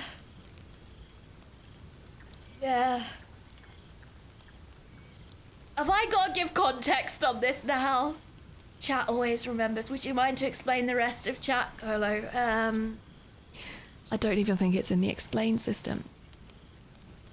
I don't even know why we were having this conversation, but I once told chat that feeding the ducks was a perfect date. And apparently that's really hilarious. But it is. Like, it's the perfect first date. Because if it goes horribly wrong, it's not like you're not sat for dinner. Like, there's no like, oh, I have to figure a way out, or like, it can naturally come to an end if you need it to naturally come to an end. You also get to learn, because if you're feeding ducks, you're probably in a nature place. So, like, to me, I want to know if somebody is all right about getting a little bit muddy, or like, if they want to touch the plants and see what they feel like, or like talk about the different birds that you can hear.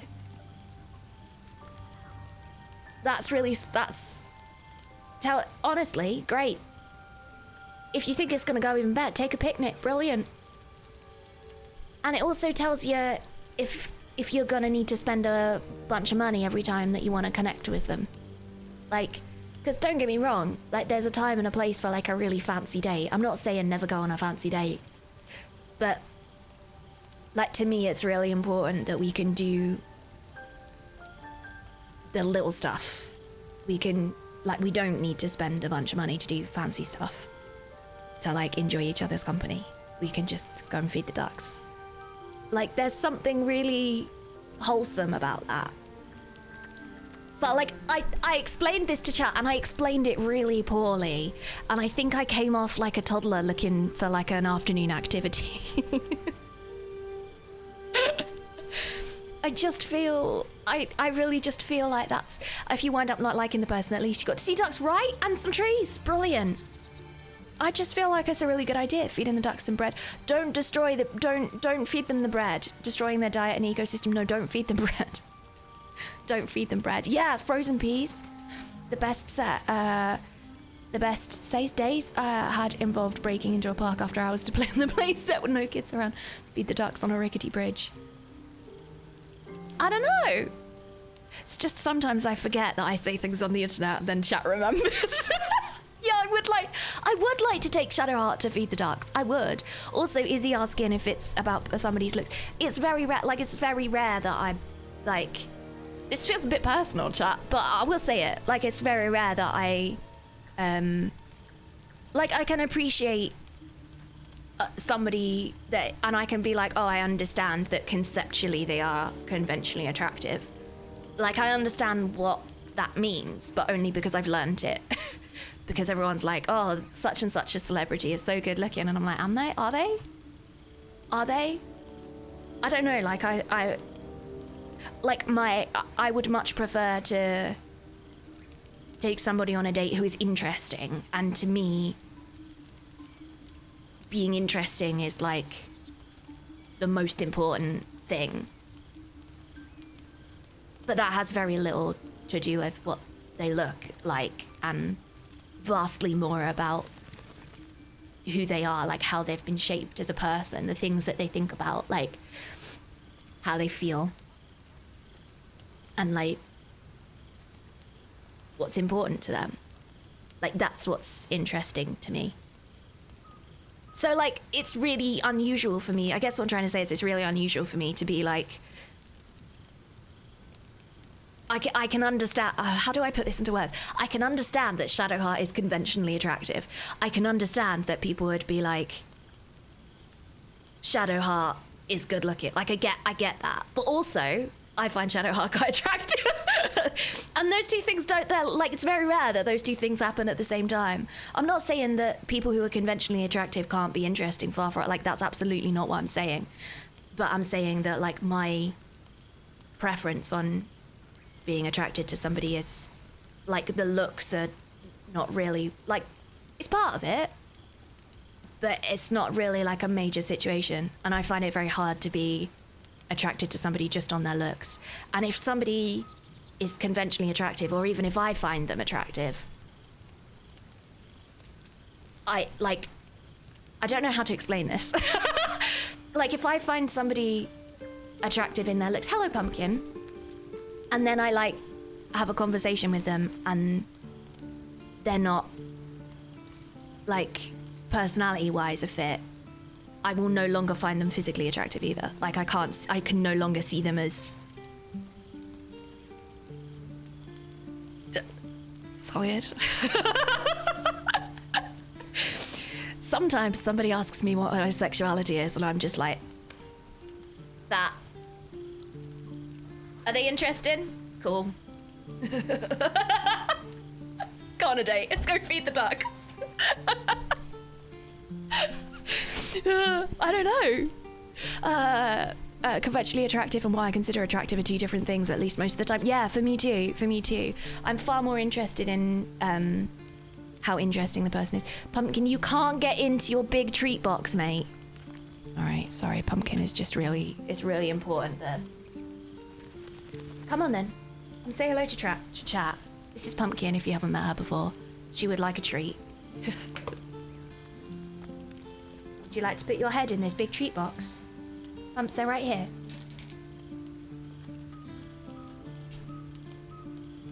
Gonna have another one? You're alright. I'm not gonna touch you. I know you don't want to be touched. Do you want another one? You can have another one. I'll put it down for you so you're not scared. Good girl. This is Pumpkin, aka the Overloaf. Demisexuality, kinda, but also not really. Like, yeah, kinda, but also not really. I don't know. That absolutely makes sense to me. Arrogance makes people really physically unattractive to me. Interesting! That's really interesting. That's really interesting. You would 100% date a frog if it was cool. Moosey! He'd probably get mixed up and offer to go feed the rabbits on a first date. Oh my god.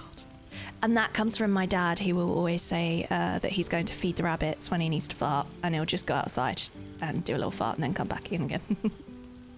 Or he'll do a fart and shake his leg, regardless of whether we're walking on, like, concrete or whatever. He'll do a little fart, shake his leg, and then he'll go, floorboards are creaky. If you are wondering why I am the way I am.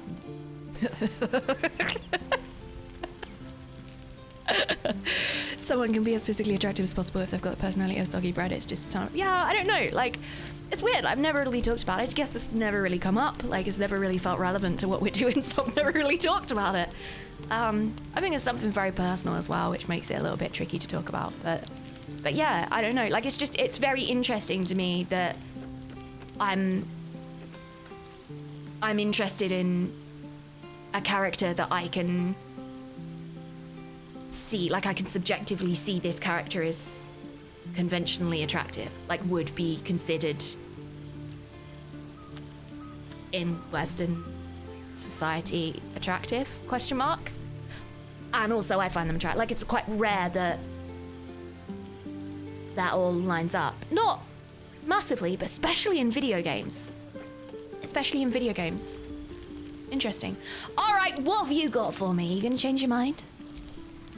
Gonna change my mind? You've been learning all about your gruesome future. I have to say, I thought you'd look worse, but no. Not a tentacle to be seen.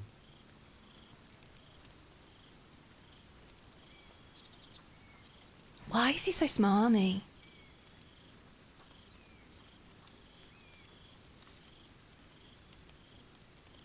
Harlock made me want to be her instead. She gives me tiefling barbarian dysphoria. I'm so sorry.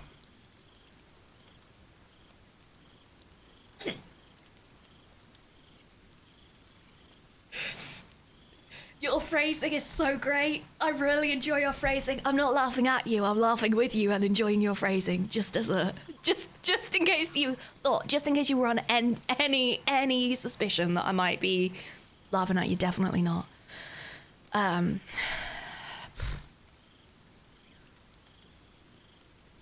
Yeah, Shadowheart is quite male gazy, right? I don't know who that other person is. I don't know. Oh, I thought you'd look worse, but no, not a tentacle to be seen. That's what everyone's saying, is it's so strange. Unexpected, but we shan't complain. I'm not taking anything for granted, of course. First sign of change, and I'll have to stop that pretty little heart of yours. I am open to suggestions. Knives, poison, strangulation, whatever you'd prefer.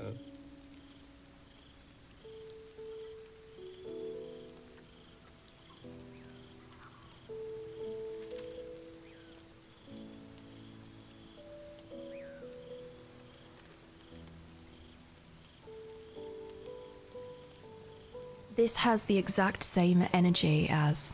Don't you worry your pretty little brain about it. Say absolutely the same energy. Same energy. Don't worry your pretty little... Don't worry your pretty little brain about it. That's for the men to sort out. That's what I'm getting from this arse. It's the same... That's the energy. Like, Astarion, do you realise that's the energy that you're putting out? Because it is.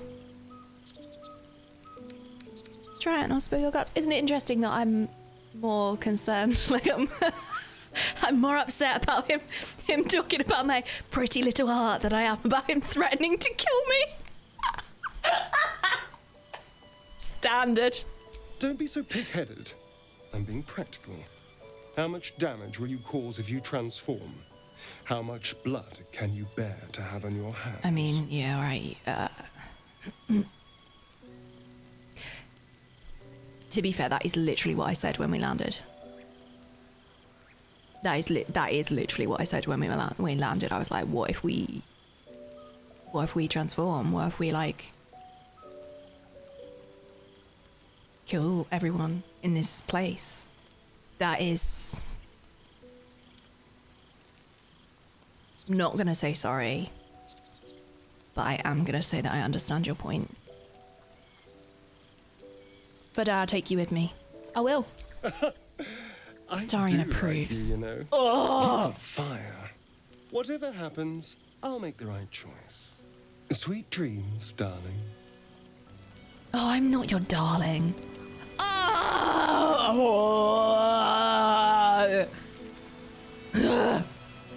What the... Hello?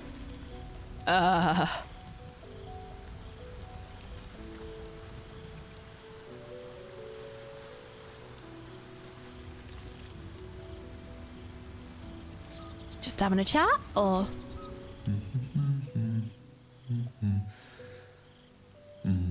Oh, that audio is really clever.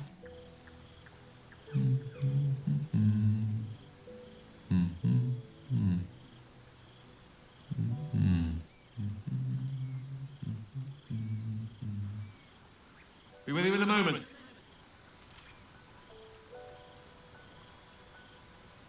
The audio design of that is really fun. If you are, if you're not listening, if you're on captions only, or if you're not wearing headphones, you might not get the context for this. The audio design in this game is so interesting. It's sort of doubled. So in the same way that you might have like an echo in a tunnel or something, but only slightly, like the delay is only slight. So it's sort of like an echo. It sort of feels audibly, it sounds like what it looks like. like there's an echo, like there's a duplication of some trick, which is really interesting.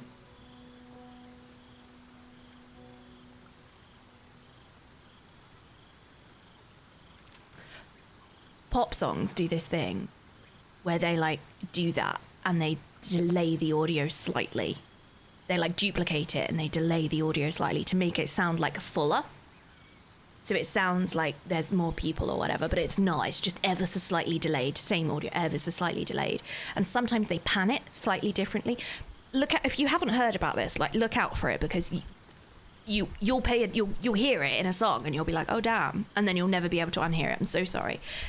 And for ages, it absolutely, like, it fries my brain. It makes me feel a little bit sick in a song because it's like, it's like, here I am, like, and I feel like it's jumping around in my head. It gives me a headache. I couldn't figure it out for absolutely ages.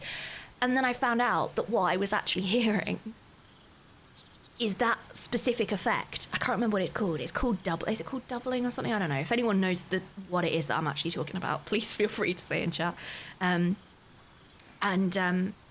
Like for most people, it's designed to sound fuller, like there's more there. But for me, it just makes me feel a bit like, whoa, it makes me feel a bit dizzy. But this sound was really interesting, Multi-tracking is common for metal guitars, but crucially, the tracks cannot simply be duplicated. You need to record multiple tricks to get the right effect. Galileo, Figaro. Doubling or double tracking. Thanks, I'm really glad some people in chat knew what I was talking about. Phase shift. Amissa, I think that's it. I think it's a phase shift. It's not when you record the exact same thing twice. It's delayed. It's slightly delayed. I'm pretty sure it's called phase shift. I'm gonna have to look it up. Chat, I'm sorry, I'm on a tangent now. Phase shifting music. Yeah, this is where parts that are the same or similar are played at the same time. They go in and out of time with each other because A, they are played at different speeds, or B, slightly different length phrases or motifs are used. And makes my head spin. I really don't like it. It makes my head spin because when they're at slightly different times, like, apparently you're not supposed to be able to hear that, but it's literally all I can hear. I'm like, oh, why is this making me feel nauseous? It just feels a bit funny in my brain. Anyway. What are you doing? Indulging in a spot of vanity. Handsome devil, aren't I? Be that as it may. Ceramorphosis. What does it make you think of? One of those weird insects that Muzi really likes. What are they called, Muzi? What are they called? Those weird insects. Is he still here? He might not be here. Sorry, I'm calling you out, Moose. What are they called? Cephala... Which ones? I don't know. Moose, if you'd have texted me and been like, hey, look at this weird Ceramorphous toy that I got, I would be like, oh, Moosey's got another plushie of a weird bug. I wouldn't bat an eyelid. I'd be like, oh, okay. Cephalopods. Yeah, that's it. Cephalopods. Is that it, Moosey? They're not insects. I'm sorry, child. No, I've angered the masses.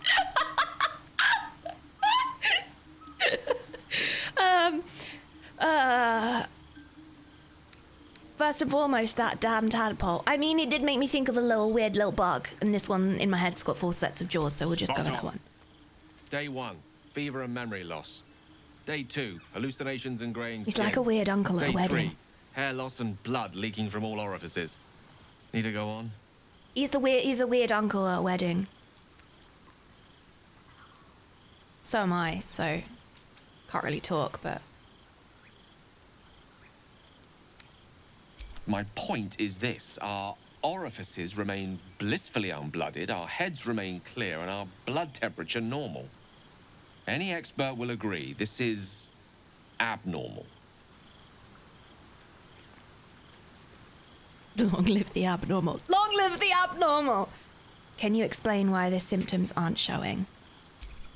That, alas, is where my knowledge fails me. But you know something. Rogue might call it luck, a priest might call it fate. As for myself, I'm a pragmatic. I see the silence before the storm. Something to sleep on. We should get some rest. Okay. I don't think Gale is that bad. How can I help? It's sort of growing on me. Gale's kind of growing on me a little bit, if I'm honest. Astarion definitely isn't.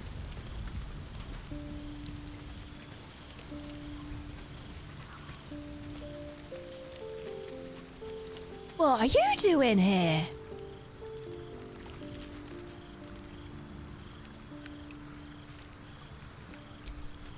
We meet again, as predicted. I shall be here in thy camp for whenever thou hast need of my services.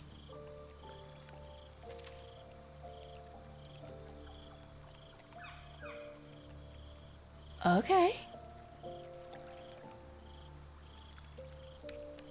What kind of services can a skeleton offer? A mending of the threads between life and death. Are you a healer? Should thou or any of thy compatriots perish, I will cleave soul to body once more.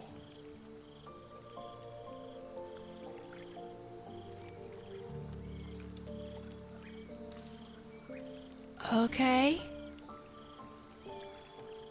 Why is it so easy for you? Because it is my calling. There is little else to explain.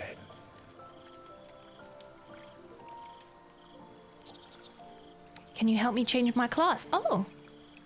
You mentioned a cost. What is it? A matter of coin. 200 coin.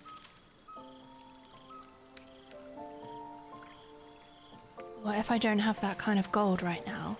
Then I shall wait here patiently until it is acquired. Okay. I don't want to say that's outrageous. Don't really want. I don't want to say that that's outrageous. Honestly, 200 coin to bring somebody back from the dead. Like, I'm level 2 and I've already got at least half that. I don't think that's outrageous at all. I think it's outrageous to bring somebody back from the dead. I don't think it's outrageous that the amount that you would charge for that is 200 coin.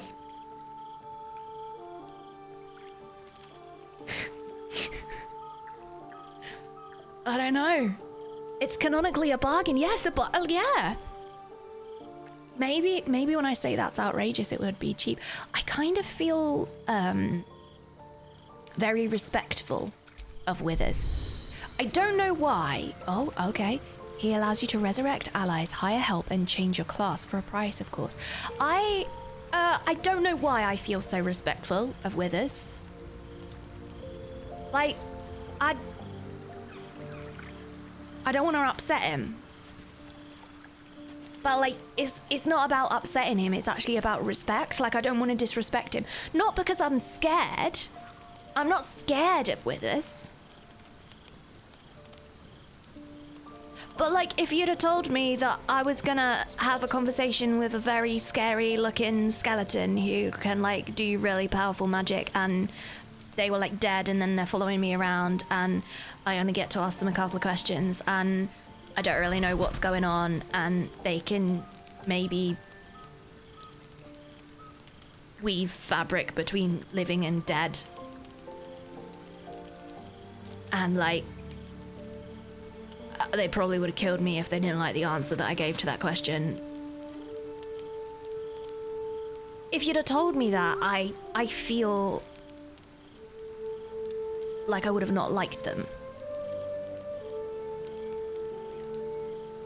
Or I would have been fearful. Like, fearful. I'm not fearful. I just feel like I feel a great deal of, like, I don't know, is reverence the right word, maybe? Not sure. What does reverence mean? Actual question, chat. What does reverence mean? Is that what I'm feeling? Is that what that is? Reverence?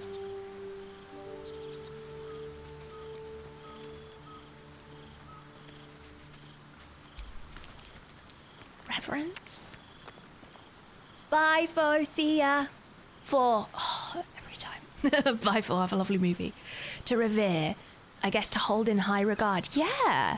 So maybe that is what I feel, Bareface. He does not sound he cares enough to be dangerous. I think he does. Respect, sometimes religiously. A kind of respect, yeah. Reverence. I think reverence is right then. I would say respect almost to the point of worship. I don't think it's worship. I think there is maybe something a little bit spiritual about it. Sort of in the same way I think that people talk about being respectful of elders. It's sort of that, like, you have more wisdom and life experience and understanding than me, and I'm like very respectful that that's very valuable and I'd like to be your Padawan. But like also we have different lives. I don't know. Like an elderly relative, sort of, that you have like an affinity with? How have they managed to put that? How have the devs managed to put that in my head? In this short space of time? How have they done that? That's really bloody good writing, isn't it?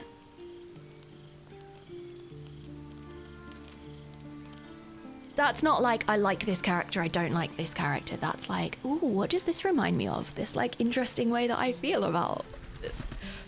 Like, that's fascinating. Damn, that's good writing. Damn, that's good writing. Magic, welcome to the beauty of BG3 storytelling. Oh, I love it so much. Something tells you should respect him and perhaps slightly fear him, his potential, if not his demeanor. It's not fear. It's not fear. Oh, God, I tell you who he reminds me of. I used to work at an Irish bar, and I was a little bit, like, cautious of the landlord. Because, like, he's the kind of dude. If you got on you just did not want to be on his wrong side. Did not want to be on that dude's wrong side. But he will go to bat for the people that he cares about. Like, if anybody came into the bar and was, like, weird towards me, he would, like, put them in their place immediately. Like, screw customers always right. If they're being an asshole, he's going to put you in your place immediately. He's going to tell you exactly what's wrong. He's going to tell you exactly what you shouldn't have said. And then he's going to kick you out. But not in a, like, I don't know, like, very kind of like a untypically lovable but very lovable kind of way. I don't know. Is that what a lovable rogue is? Interestingly, Withers reminds me of this landlord. Like, I don't want to be on his wrong side, but also I don't feel like I'm gonna be. Not because I'm confident in myself, but I'm confident in their morals to the point of, like, I feel that if I did get on the wrong side of them, it would be for a good reason. Like, if they wanted to kick me out and, like, give me a talking to, then I probably deserved it.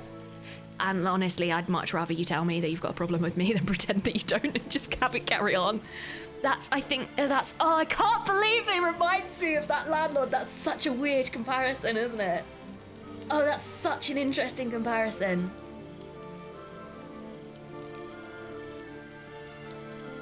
Oh, that's so interesting. A landlord would never charge as little as 200. God, no. He's like a strict but very fair teacher. Yeah. Like a strict but fair teacher. But, like, maybe not my teacher, maybe like my teacher's teacher. There's some kind of, like, respect there. I don't know. I don't know how to explain it. Customers are always right about taste is the full saying. That's interesting. That makes much more sense. Classifying him by D&D alignment chart, I feel like he's true neutral. Yeah, I don't think that landlord was true neutral. I don't understand why I have a bed over there, but I have to use this bed. I don't understand it. Long rest. What about a fish? And then a fish. And some fish and a fish. What about some cheese and some apples? And a fish? And a berry.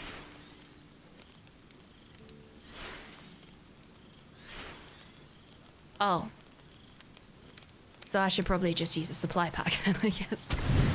Oh, that's way too much. Okay, full rest. Oh, hello. Oh, what are you up to? What are you doing, you creep?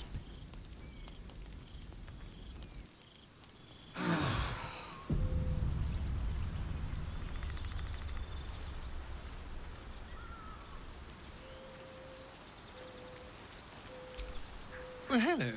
What can I do for you? I'd like to ask you why you're creeping around.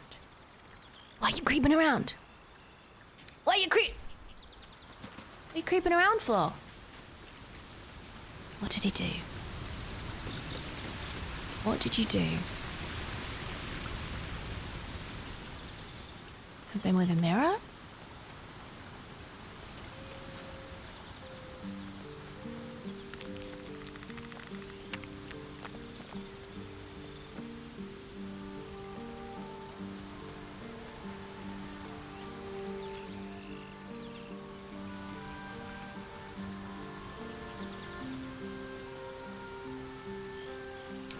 What did he do? I'd like to go through there. Can I climb? Like, it looked up, right?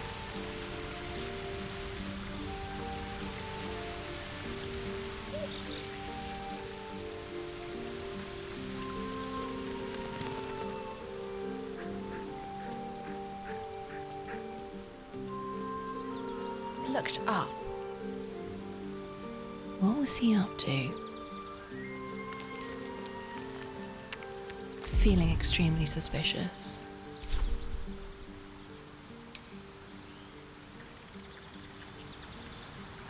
Yeah, how do I get down that path then? I can't, unless I can jump through the window, but I can't jump through the window.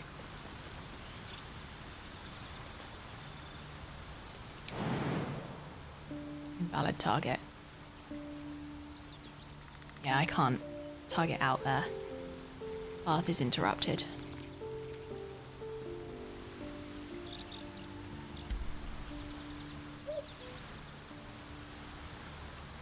Well, I guess it's gonna stay a mystery for a little longer. Can I climb it?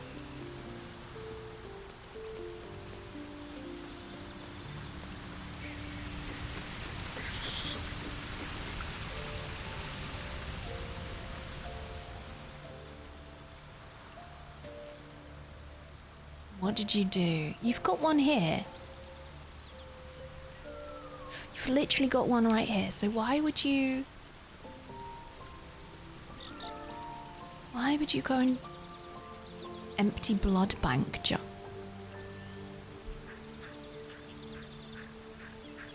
That's why. Okay, that's that's why. Wait, hold.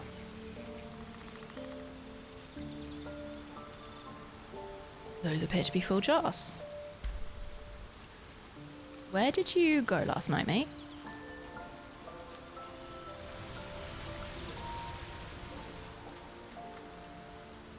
Where did you go? Why have you got blood in front of a mirror? Why have you got a mirror? You're a vampire! What do you want with a mirror?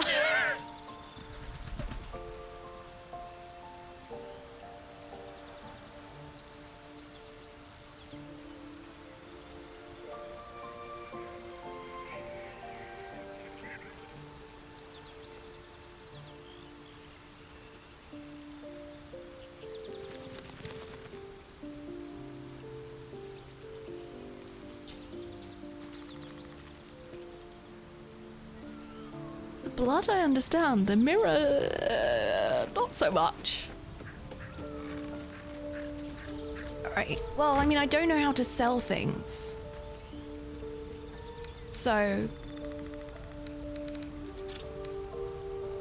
I feel...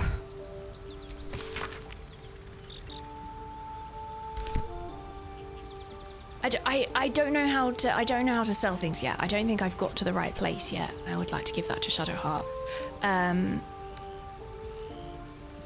But this stuff, I guess I'll just put it in here. Or maybe I should figure out what I'm gonna do with everything first. All the books, fishies, the armor maybe would be useful. Javelins. Plate. Ring, maybe that will be better for Shadowheart. Goblin bow, short bow. We looked at those before. Don't know if we looked at the short sword before. Breezy sandals, no one wanted those. Mace. Great sword. Anything else that I can chuck in there? A jug that I think I might have stolen from the dead. Those things I think would be useful. I would really like to deliver that letter back to Anne, I think her name was. Silver locket, onyx, bottle. I'm just gonna put it all in here because, yeah, I don't know what I'm gonna do with that. I like to keep the flute because I feel like that's the choice that I'd make in D&D. I feel like the choice that I'd make in D&D is to keep the flute in case I find someone who could play it, or in case I manage to learn. I'd really like to learn, you know? I feel like that's the choice I'd made, to keep that with me.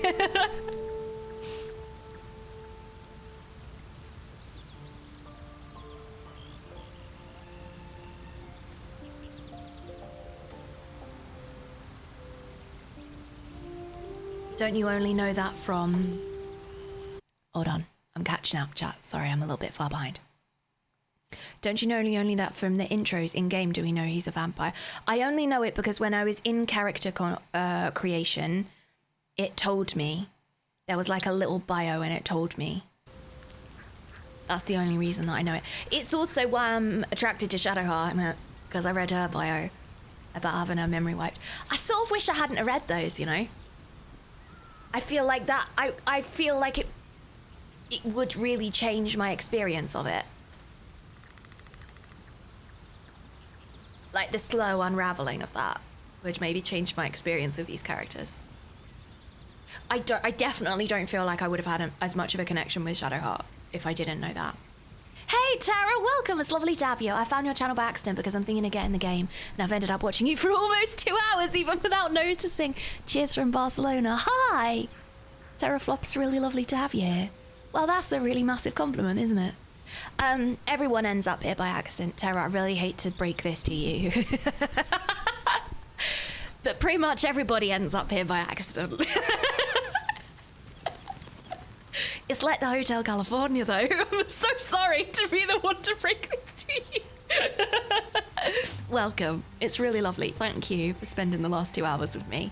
That's a lot of time, and I really appreciate that you spent that time with us. Thank you. Thank you, thank you, thank you. Mods really should have deleted that part of character creation. So here's the thing, Bareface. I don't do that. I don't figure out. The only way that I will ask a question about, is this useful to me, is if it is an accessibility thing. So for example, if there is a class that I would find very, very difficult to play because the way that their buttons are laid out, or that they need spam button pressing or something, like if it's something that is going to be physically really hard for me to keep up with, the mods would tell me. Otherwise, I don't want to know. And that's the experience of the game. The experience of the game isn't just about having a spoiler-free experience. It's also about experiencing the game and figuring things out and learning things when I learn them, like when they happen, and not from an outside source. And sometimes that means that we have a different experience like we've had because we've read the character intros in the bio. And sometimes it means I don't learn how to sprint for 20 episodes. Sorry for everyone who's seen my Skyrim episode, I'm so sorry. I came for BG3, stayed because of the tags. Stayed because of the tags? What, because it's, have I got, does it say gently chaotic, or does it say chaotically gentle? I feel I'm a bit more gently chaotic than I am chaotically gentle today. Have you got anything to say to me today, Shadowheart? Something the matter? Something the matter? No, alright. So what's next? Hi, Vader Dad, welcome. Hello, I'm here from Insta. Hello! How lovely to meet you. Thank you so much for coming over to see us. Lovely of you to come and pay us a visit. Thank you so much. I uploaded a reel today, which was like my first impressions of this game. Is that how you found us? Was it that one? You look, oh my god, somebody playing BG3. It's extremely chaotic. I'm just gonna give you a little heads up. It's it's extremely chaotic. Speak with animals. Druid class is one of my favorites. It is. Look at her, right? Immensely cute, but also quite savage. Cute and feral. Bit like my cat, really, innit? Oh no, have I just made my cat in a character? Yeah? Oh, she's playing with Duck. Did you hear that? Did you hear her? Did you hear that? Wow, wow. Hello, pups. We can have a play in a bit. I'm just playing BG3 right now. Just hanging out with peeps. She's like picking her toy up. Oh, I'm so glad that she's like having a lovely retirement.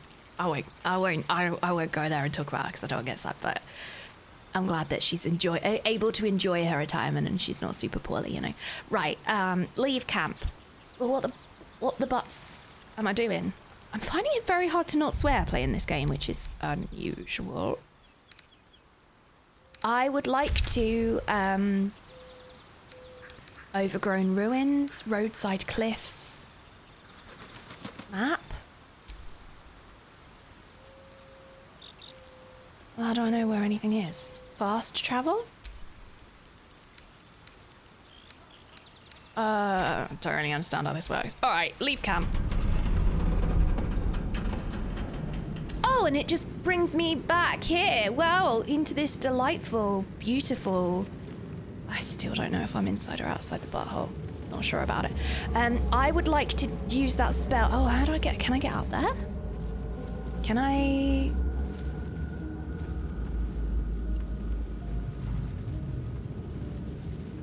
Oh. A simple toxin. Not sure if I trust it from you. Oh, hello. Potion of speed.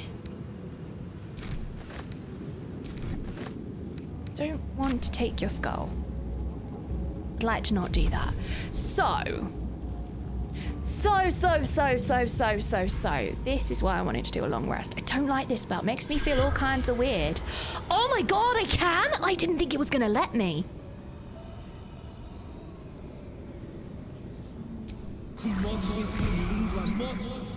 The corpse has nothing to say.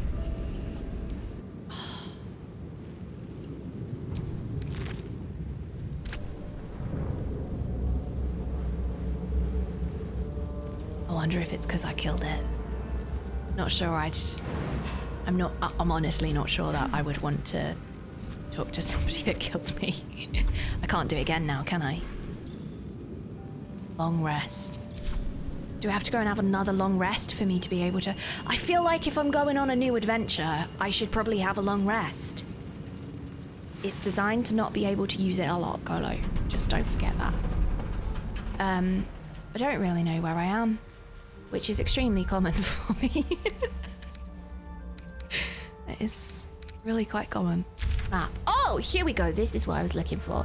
Roadside cliffs, overgrown ruins. And I'm facing that way, I guess. Okay. So, I mean, I could go up here and go to the left. Was that where that weird rune thing was, maybe? If I go to the left or go to the right, I would discover something new. Let's find out.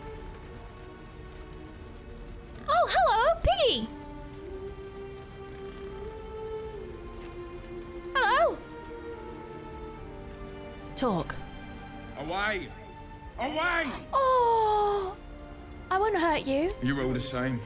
Too many of my kind died because of your spears, but not me!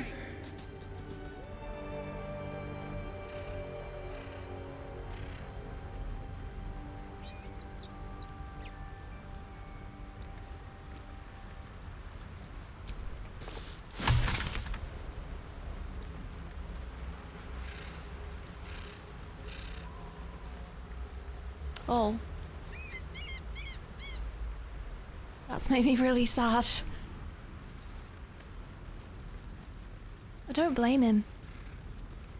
Look, there's a thing down there. There's like a red thing. I'd like to go and find out what that is. There's a little cave there. Move to. Can't get there. Of course I can't. There. Can't get there. Can I get here? Can't get there. Alright, okay, fine, alright, I guess there's another way. Or maybe there isn't and I'm not supposed to get there. Oh, that's made me so sad. What's that noise? What's the noise there, mate? Oh, I'm just looking down into the burning pits of the thing that makes me want to vom. Oh, hold on, is that one of those things? Is there somebody still inside? No. Okay, let's have a little look at the map. Oh, there's a plant there. Oh. Can I touch it? Can I touch it? Can I touch it? I can't touch it. This thing looks like an aloe. And this thing looks like, what does this look like? I kind of want to say red hot poker, but the leaves are wrong. It sort of looks like a slightly more carnivorous Crocus lucifer. But the leaves are wrong. That's why it looks like a... That's what the berries look like, but then flowers look like, but then it looks like maybe it's going to eat me. And not in the good way. Really shouldn't have said that. Oh, here we are. There's a little spider up here, look. It's quite a big spider, isn't it? Oh, that's a bat. Mind flayer. No traps, please.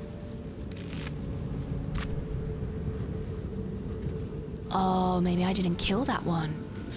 Ooh, do you think I could talk to that one?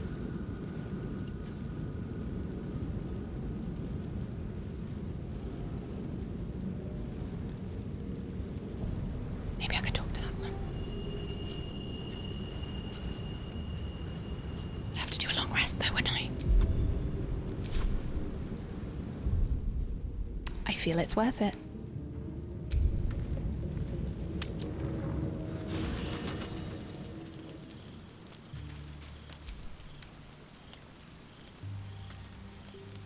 What does a partial rest? Let's think about this. Don't tell me yet, chat. Will it tell me if I say, like, partial rest? You will not use any camp supplies, but your hit points and spell slots will only be restored up to half their maximum, and you won't regain any short resets. No, well, we need to do the full situation. I don't like it. Sleep well, flitting between dreams and nightmares. Maybe you wake up because you know something is wrong. Or maybe you just get lucky. Shit. No, it's not what it looks like. I swear. I wasn't going to hurt you. I just needed, well, blood. There, in the dim firelight, you see him for what he really is. A vampire, a slave to sanguine hunger.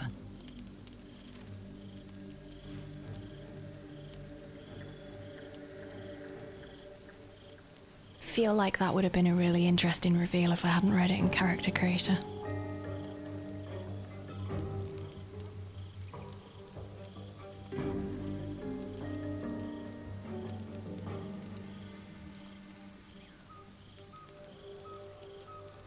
Listen, mate, if you'd have asked me, might have donated you a little bit.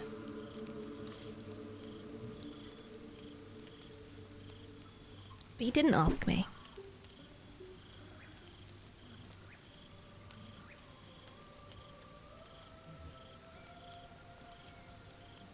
I don't know much about this game, but from what I know, one of the things that I know is that it's really savage.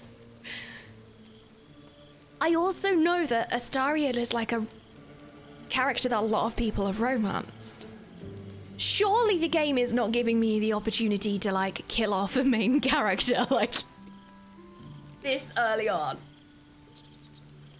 Surely not.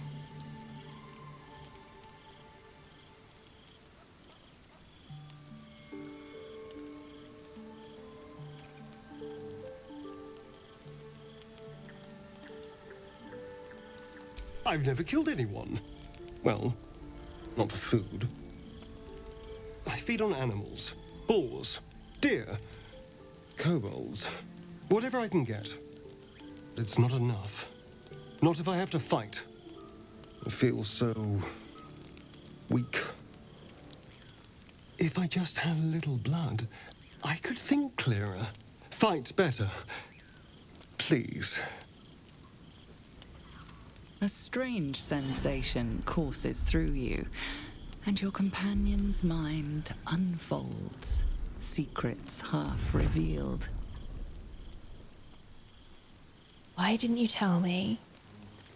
I didn't care how much you need, you are not drinking my blood. Push into his mind, searching for the truth. Oh, he's not gonna like that, is he? Wisdom, though.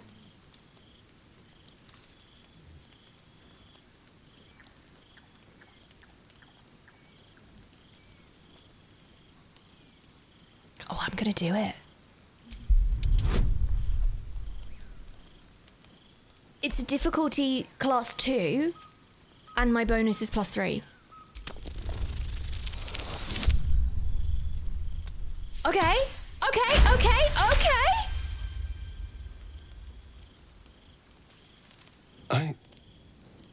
What's this? What's happening? Something stirs deep within you, hungry and alert. It's taking something you'll never get back. Oh God, His what have I done? mind opens up, revealing cracked and quivering memories. At their heart, you see dark eyes commanding you to feed.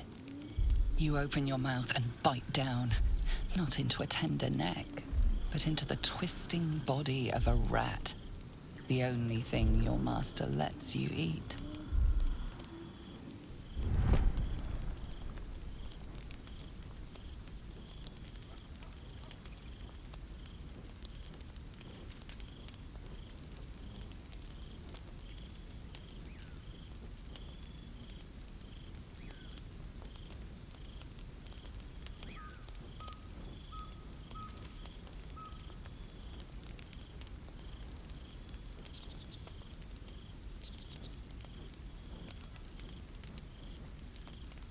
Shit.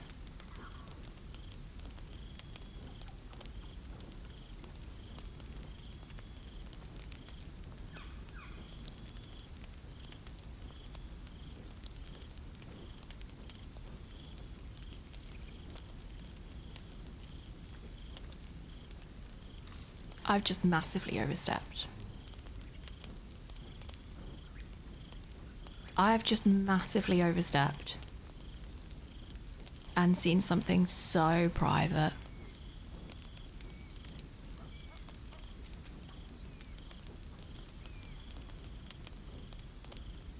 And so painful.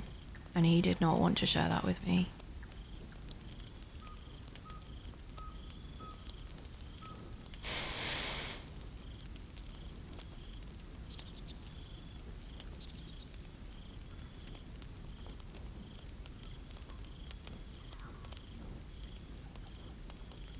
Something squirms within you, something that you won't get back. Yeah, because how can you trust me now?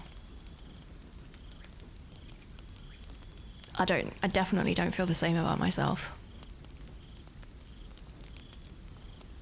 Oh no, did I swear? I'm seeing God, I'm seeing swear jar. Did I swear? Izzy, did I swear? You did? Oh no.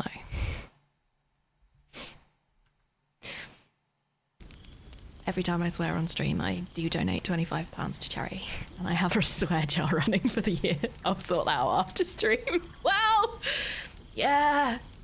What did I say? Usually it's an F-bomb. What did I say? What did I say? Oh, I did cipher? Oh dear. Okay.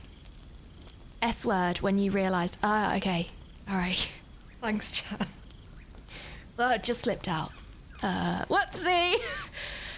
The revelation warranted a quiet swear. Yeah, that is exactly what I felt as well. I was like, oh.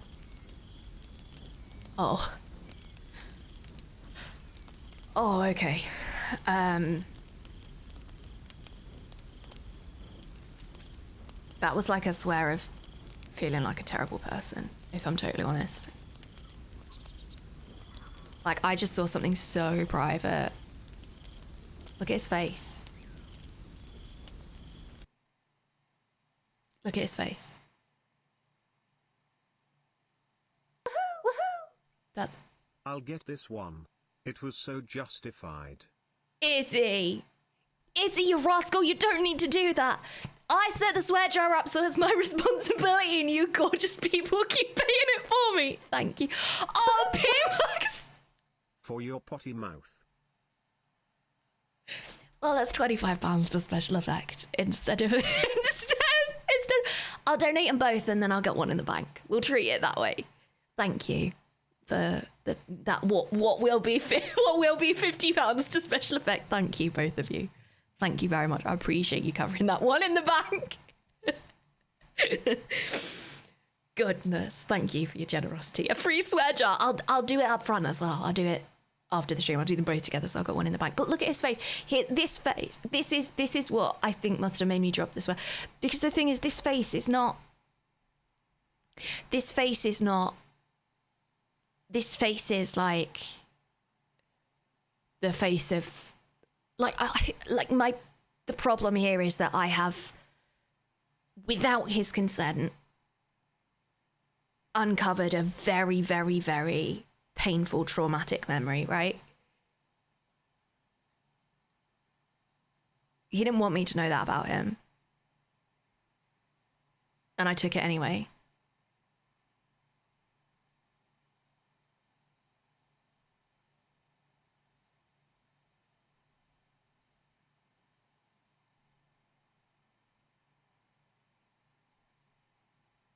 Doesn't feel good.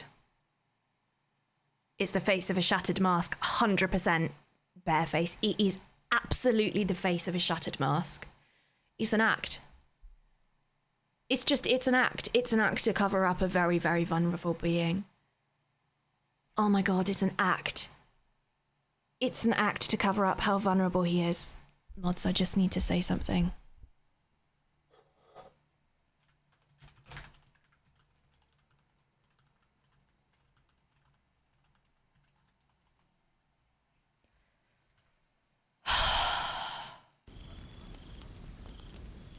It's a mask.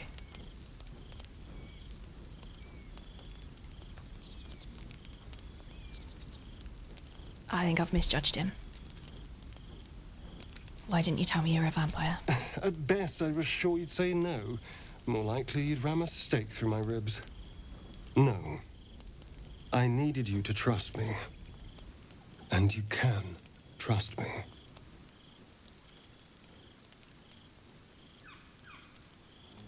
I can't make him leave.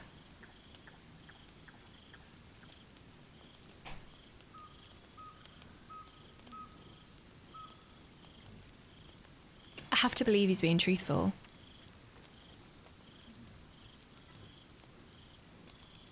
I really hope that I'm not proved wrong.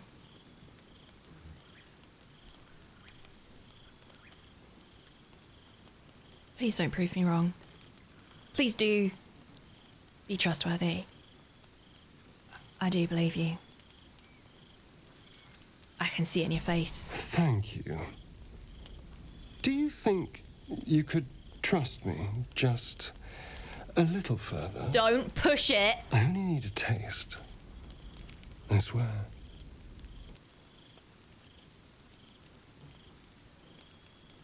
I don't think I can do this. I'll help you find some animals. Help you find a boar. I can't. No, I'm sorry. I can't let you do this. But I will help you hunt. I'll help you find a boar. I'll help you... No. No, of course. Silly of me to even ask. I'll go and find something on 4 legs to eat, I suppose. I'll come help you. See you in the morning. I can help you. No, leave and never return. Oh, please don't prove me wrong. You watch him stalk away, slumped, sulking, and ready to kill. Please don't prove me wrong.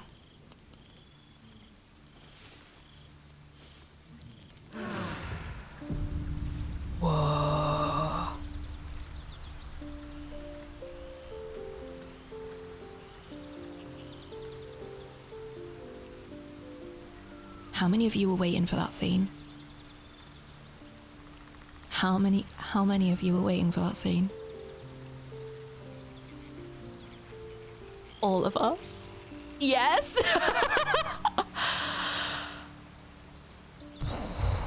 Not me, because I forgot about it, Moosey.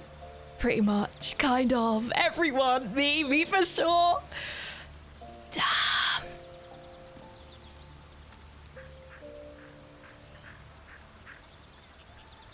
Don't let the homie take a bite. I really wanted to help him hunt.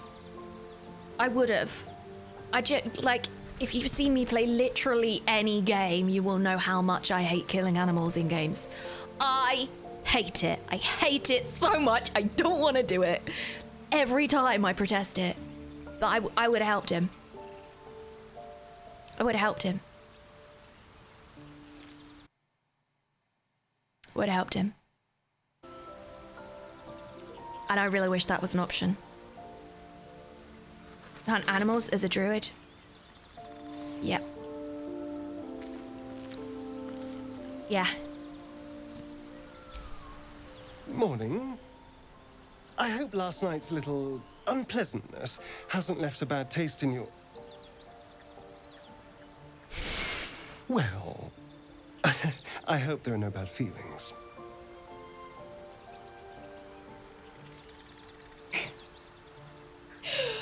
That was a bit tasteless. Yes, Hurricane. Oh my god, Hurricane, that is epic. Hurricane, congratulations, you win. That was a bit tasteless. Yes. Strong. Oh. No, but I have questions. I do. And why have you got a bloody mirror? Oh, I have no idea. By rights, I should be cinders in this light, but someone or something is keeping me alive. Worm in your brain. Standing in the sun, wading through a river, wandering into homes without an invitation. They're all perfectly mundane activities now. As for my other quirks, well, we can figure those out in time.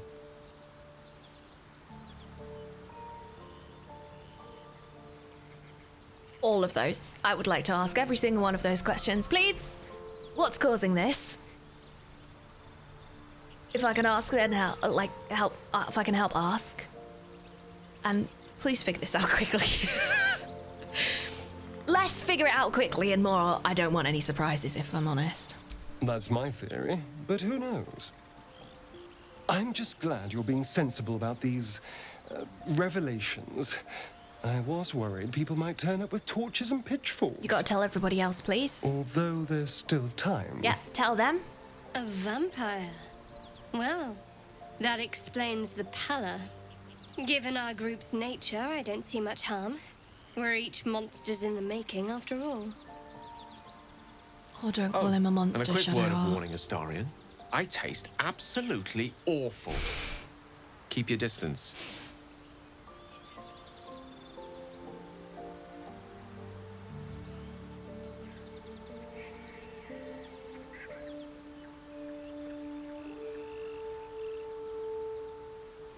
Oh, this is so hard.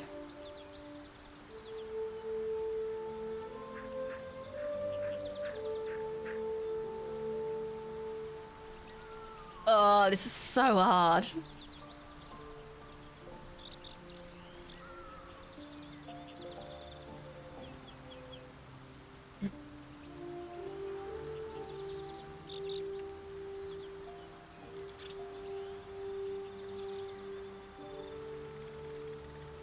I would probably answer this differently if I hadn't probed his mind and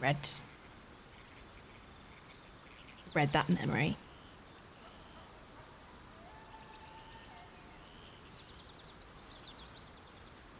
Sometimes when people have lived a life with a lot of traumatic things and being treated in the way that gave me the impression that Astarion was treated. Trust is hard. I'm not talking about for me trusting him. I'm talking about the other way around. And I think this bravado that we're seeing, this, whatever that is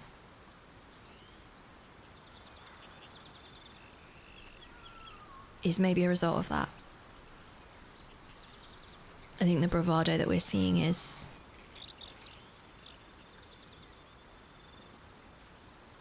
to cover up for how hurt he is. I might be wrong.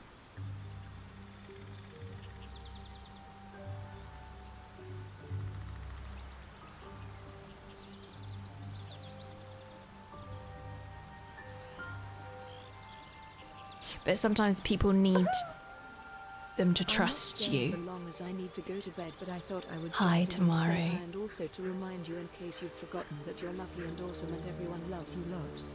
Less than 3. Hi, Tamari. Did you have some nice beverages? It's lovely to see you. Thank you for the bits.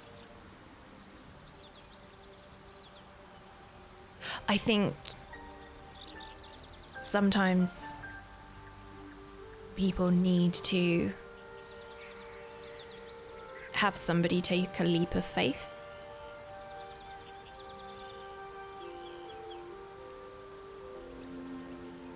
Maybe this is one of those times.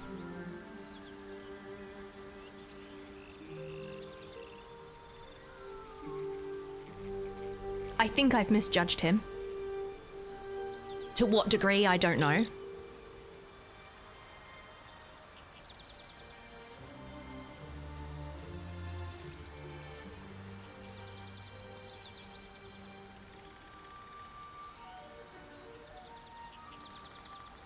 My heart is like, say that you trust him and mean it.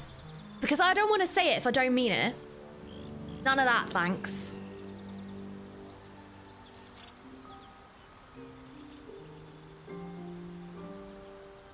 The problem is, I don't really want to vouch for somebody on behalf of the team. Like, it's one thing to stake my life on the trust. It's another thing to stake my life and 2 other people who do not apparently have a say in this.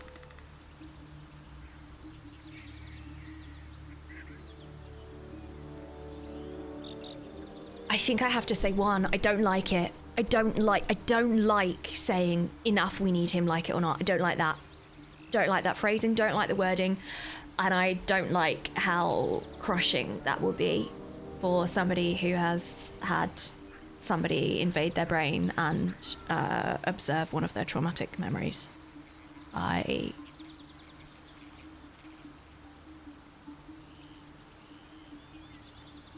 don't like what that will do to Astarion. Don't like it.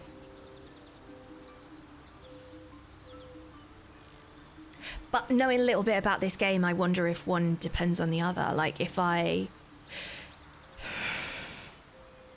trust him, does that mean he will not do it? Like, okay, I have to say one. I don't think I can pledge 2 other people's lives on it. She's not wrong. We're bound together, no matter what comes. You say all the right words, but I'm not so sure you mean the right things. Still, I will respect the decision that was made. There now. We're all friends again. Gale's kind of becoming the voice of reason, really. There's a long day ahead of us. And the mask's back on. And the mask's back on.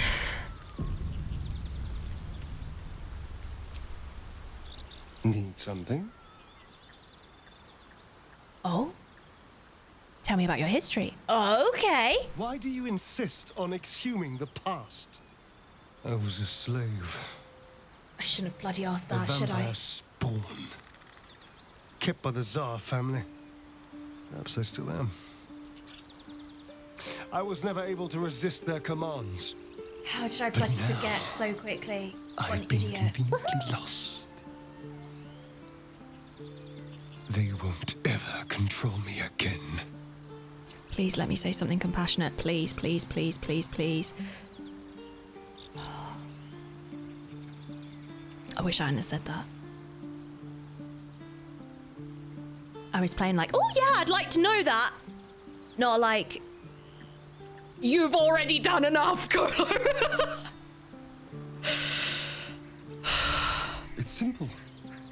Just find a vampire that will drink your blood and turn you into a vampire spawn. Their obedient puppet. In theory, the next step is to drink their blood. Once you've done that, you're free and a true vampire.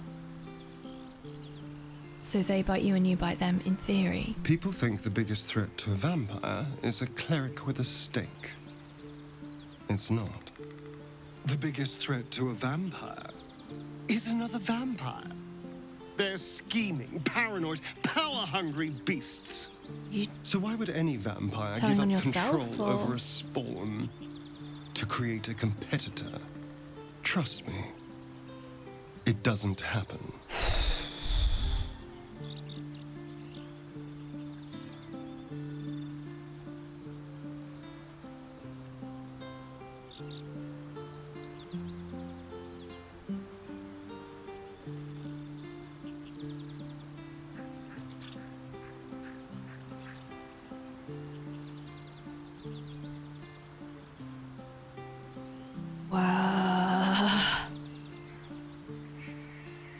Well, I screwed that up. Well, I screwed that up, didn't I?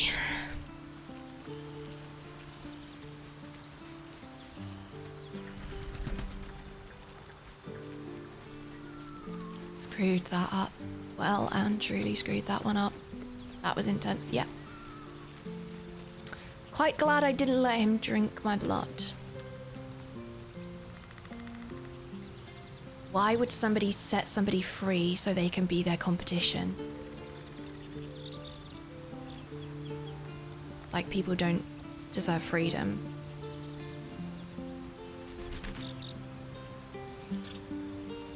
That's the same logic when people are like, well, I had to go through this horrific event, so of course my children now have to do that. Well, I struggled through 12-hour work days for 16 days in a row, so why can't everyone else do that? That's that same, like, maybe we could just maybe try and be a little bit compassionate and understand that people deserve freedom and human rights. Is it really that hard? I don't know. I don't like the idea that he was vouching to keep somebody in slavery.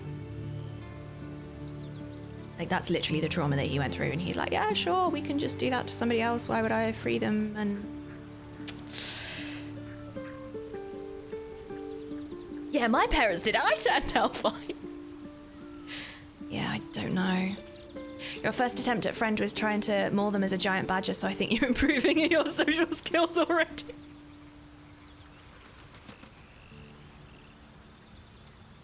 Thanks, Smoozy. Thank you. Thanks, Smoozy. Almost pleasant traveling with company, if you ignore all the less pleasant aspects. Okay, all right. Okay. Just want to go and see if Gale's got anything to say. Gale's kind of a bit of a voice of reason that I wasn't expecting from our first encounter. Go ahead. I'm listening. What do you make of having a vampire in our We camp? all have our burdens, one way or the other.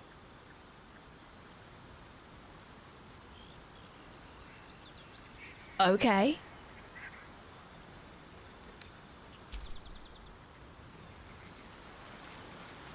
Okay. We all have our burdens one way or another. Okay. Okay.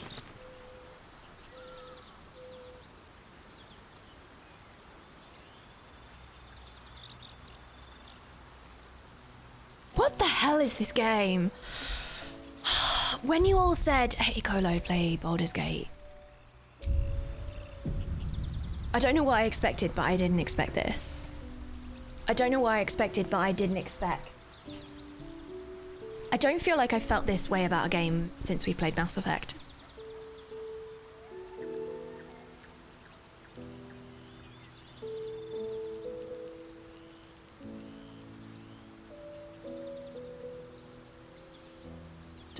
I don't think I've felt this way about a game since Mass Effect.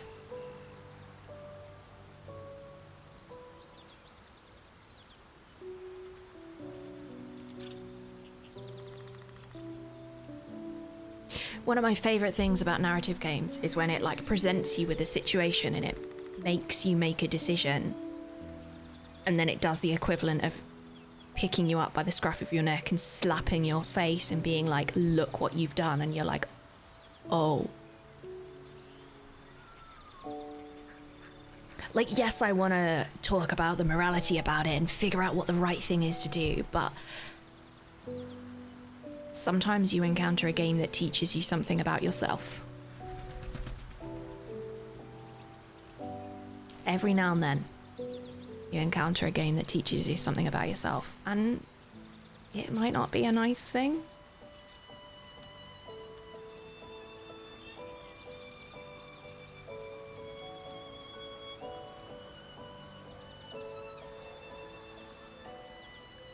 Sometimes you find a game where like everything is grey area. There's definitely like white at one end and black at the other, like, but there's just so much grey area.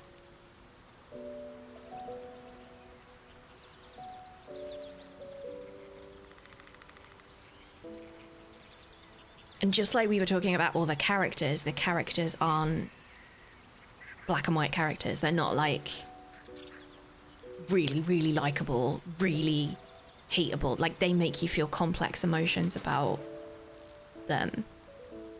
That's really interesting to me.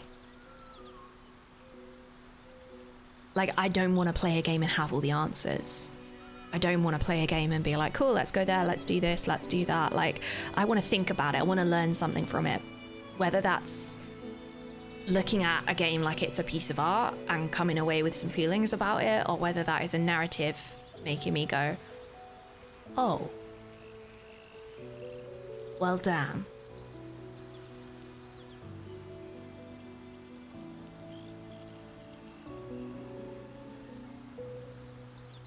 And I think it's why I always talk about games as art, because that's what art should do, right? Art should make you feel something. Even if it's, oh my god, I hate this, it should make you feel something.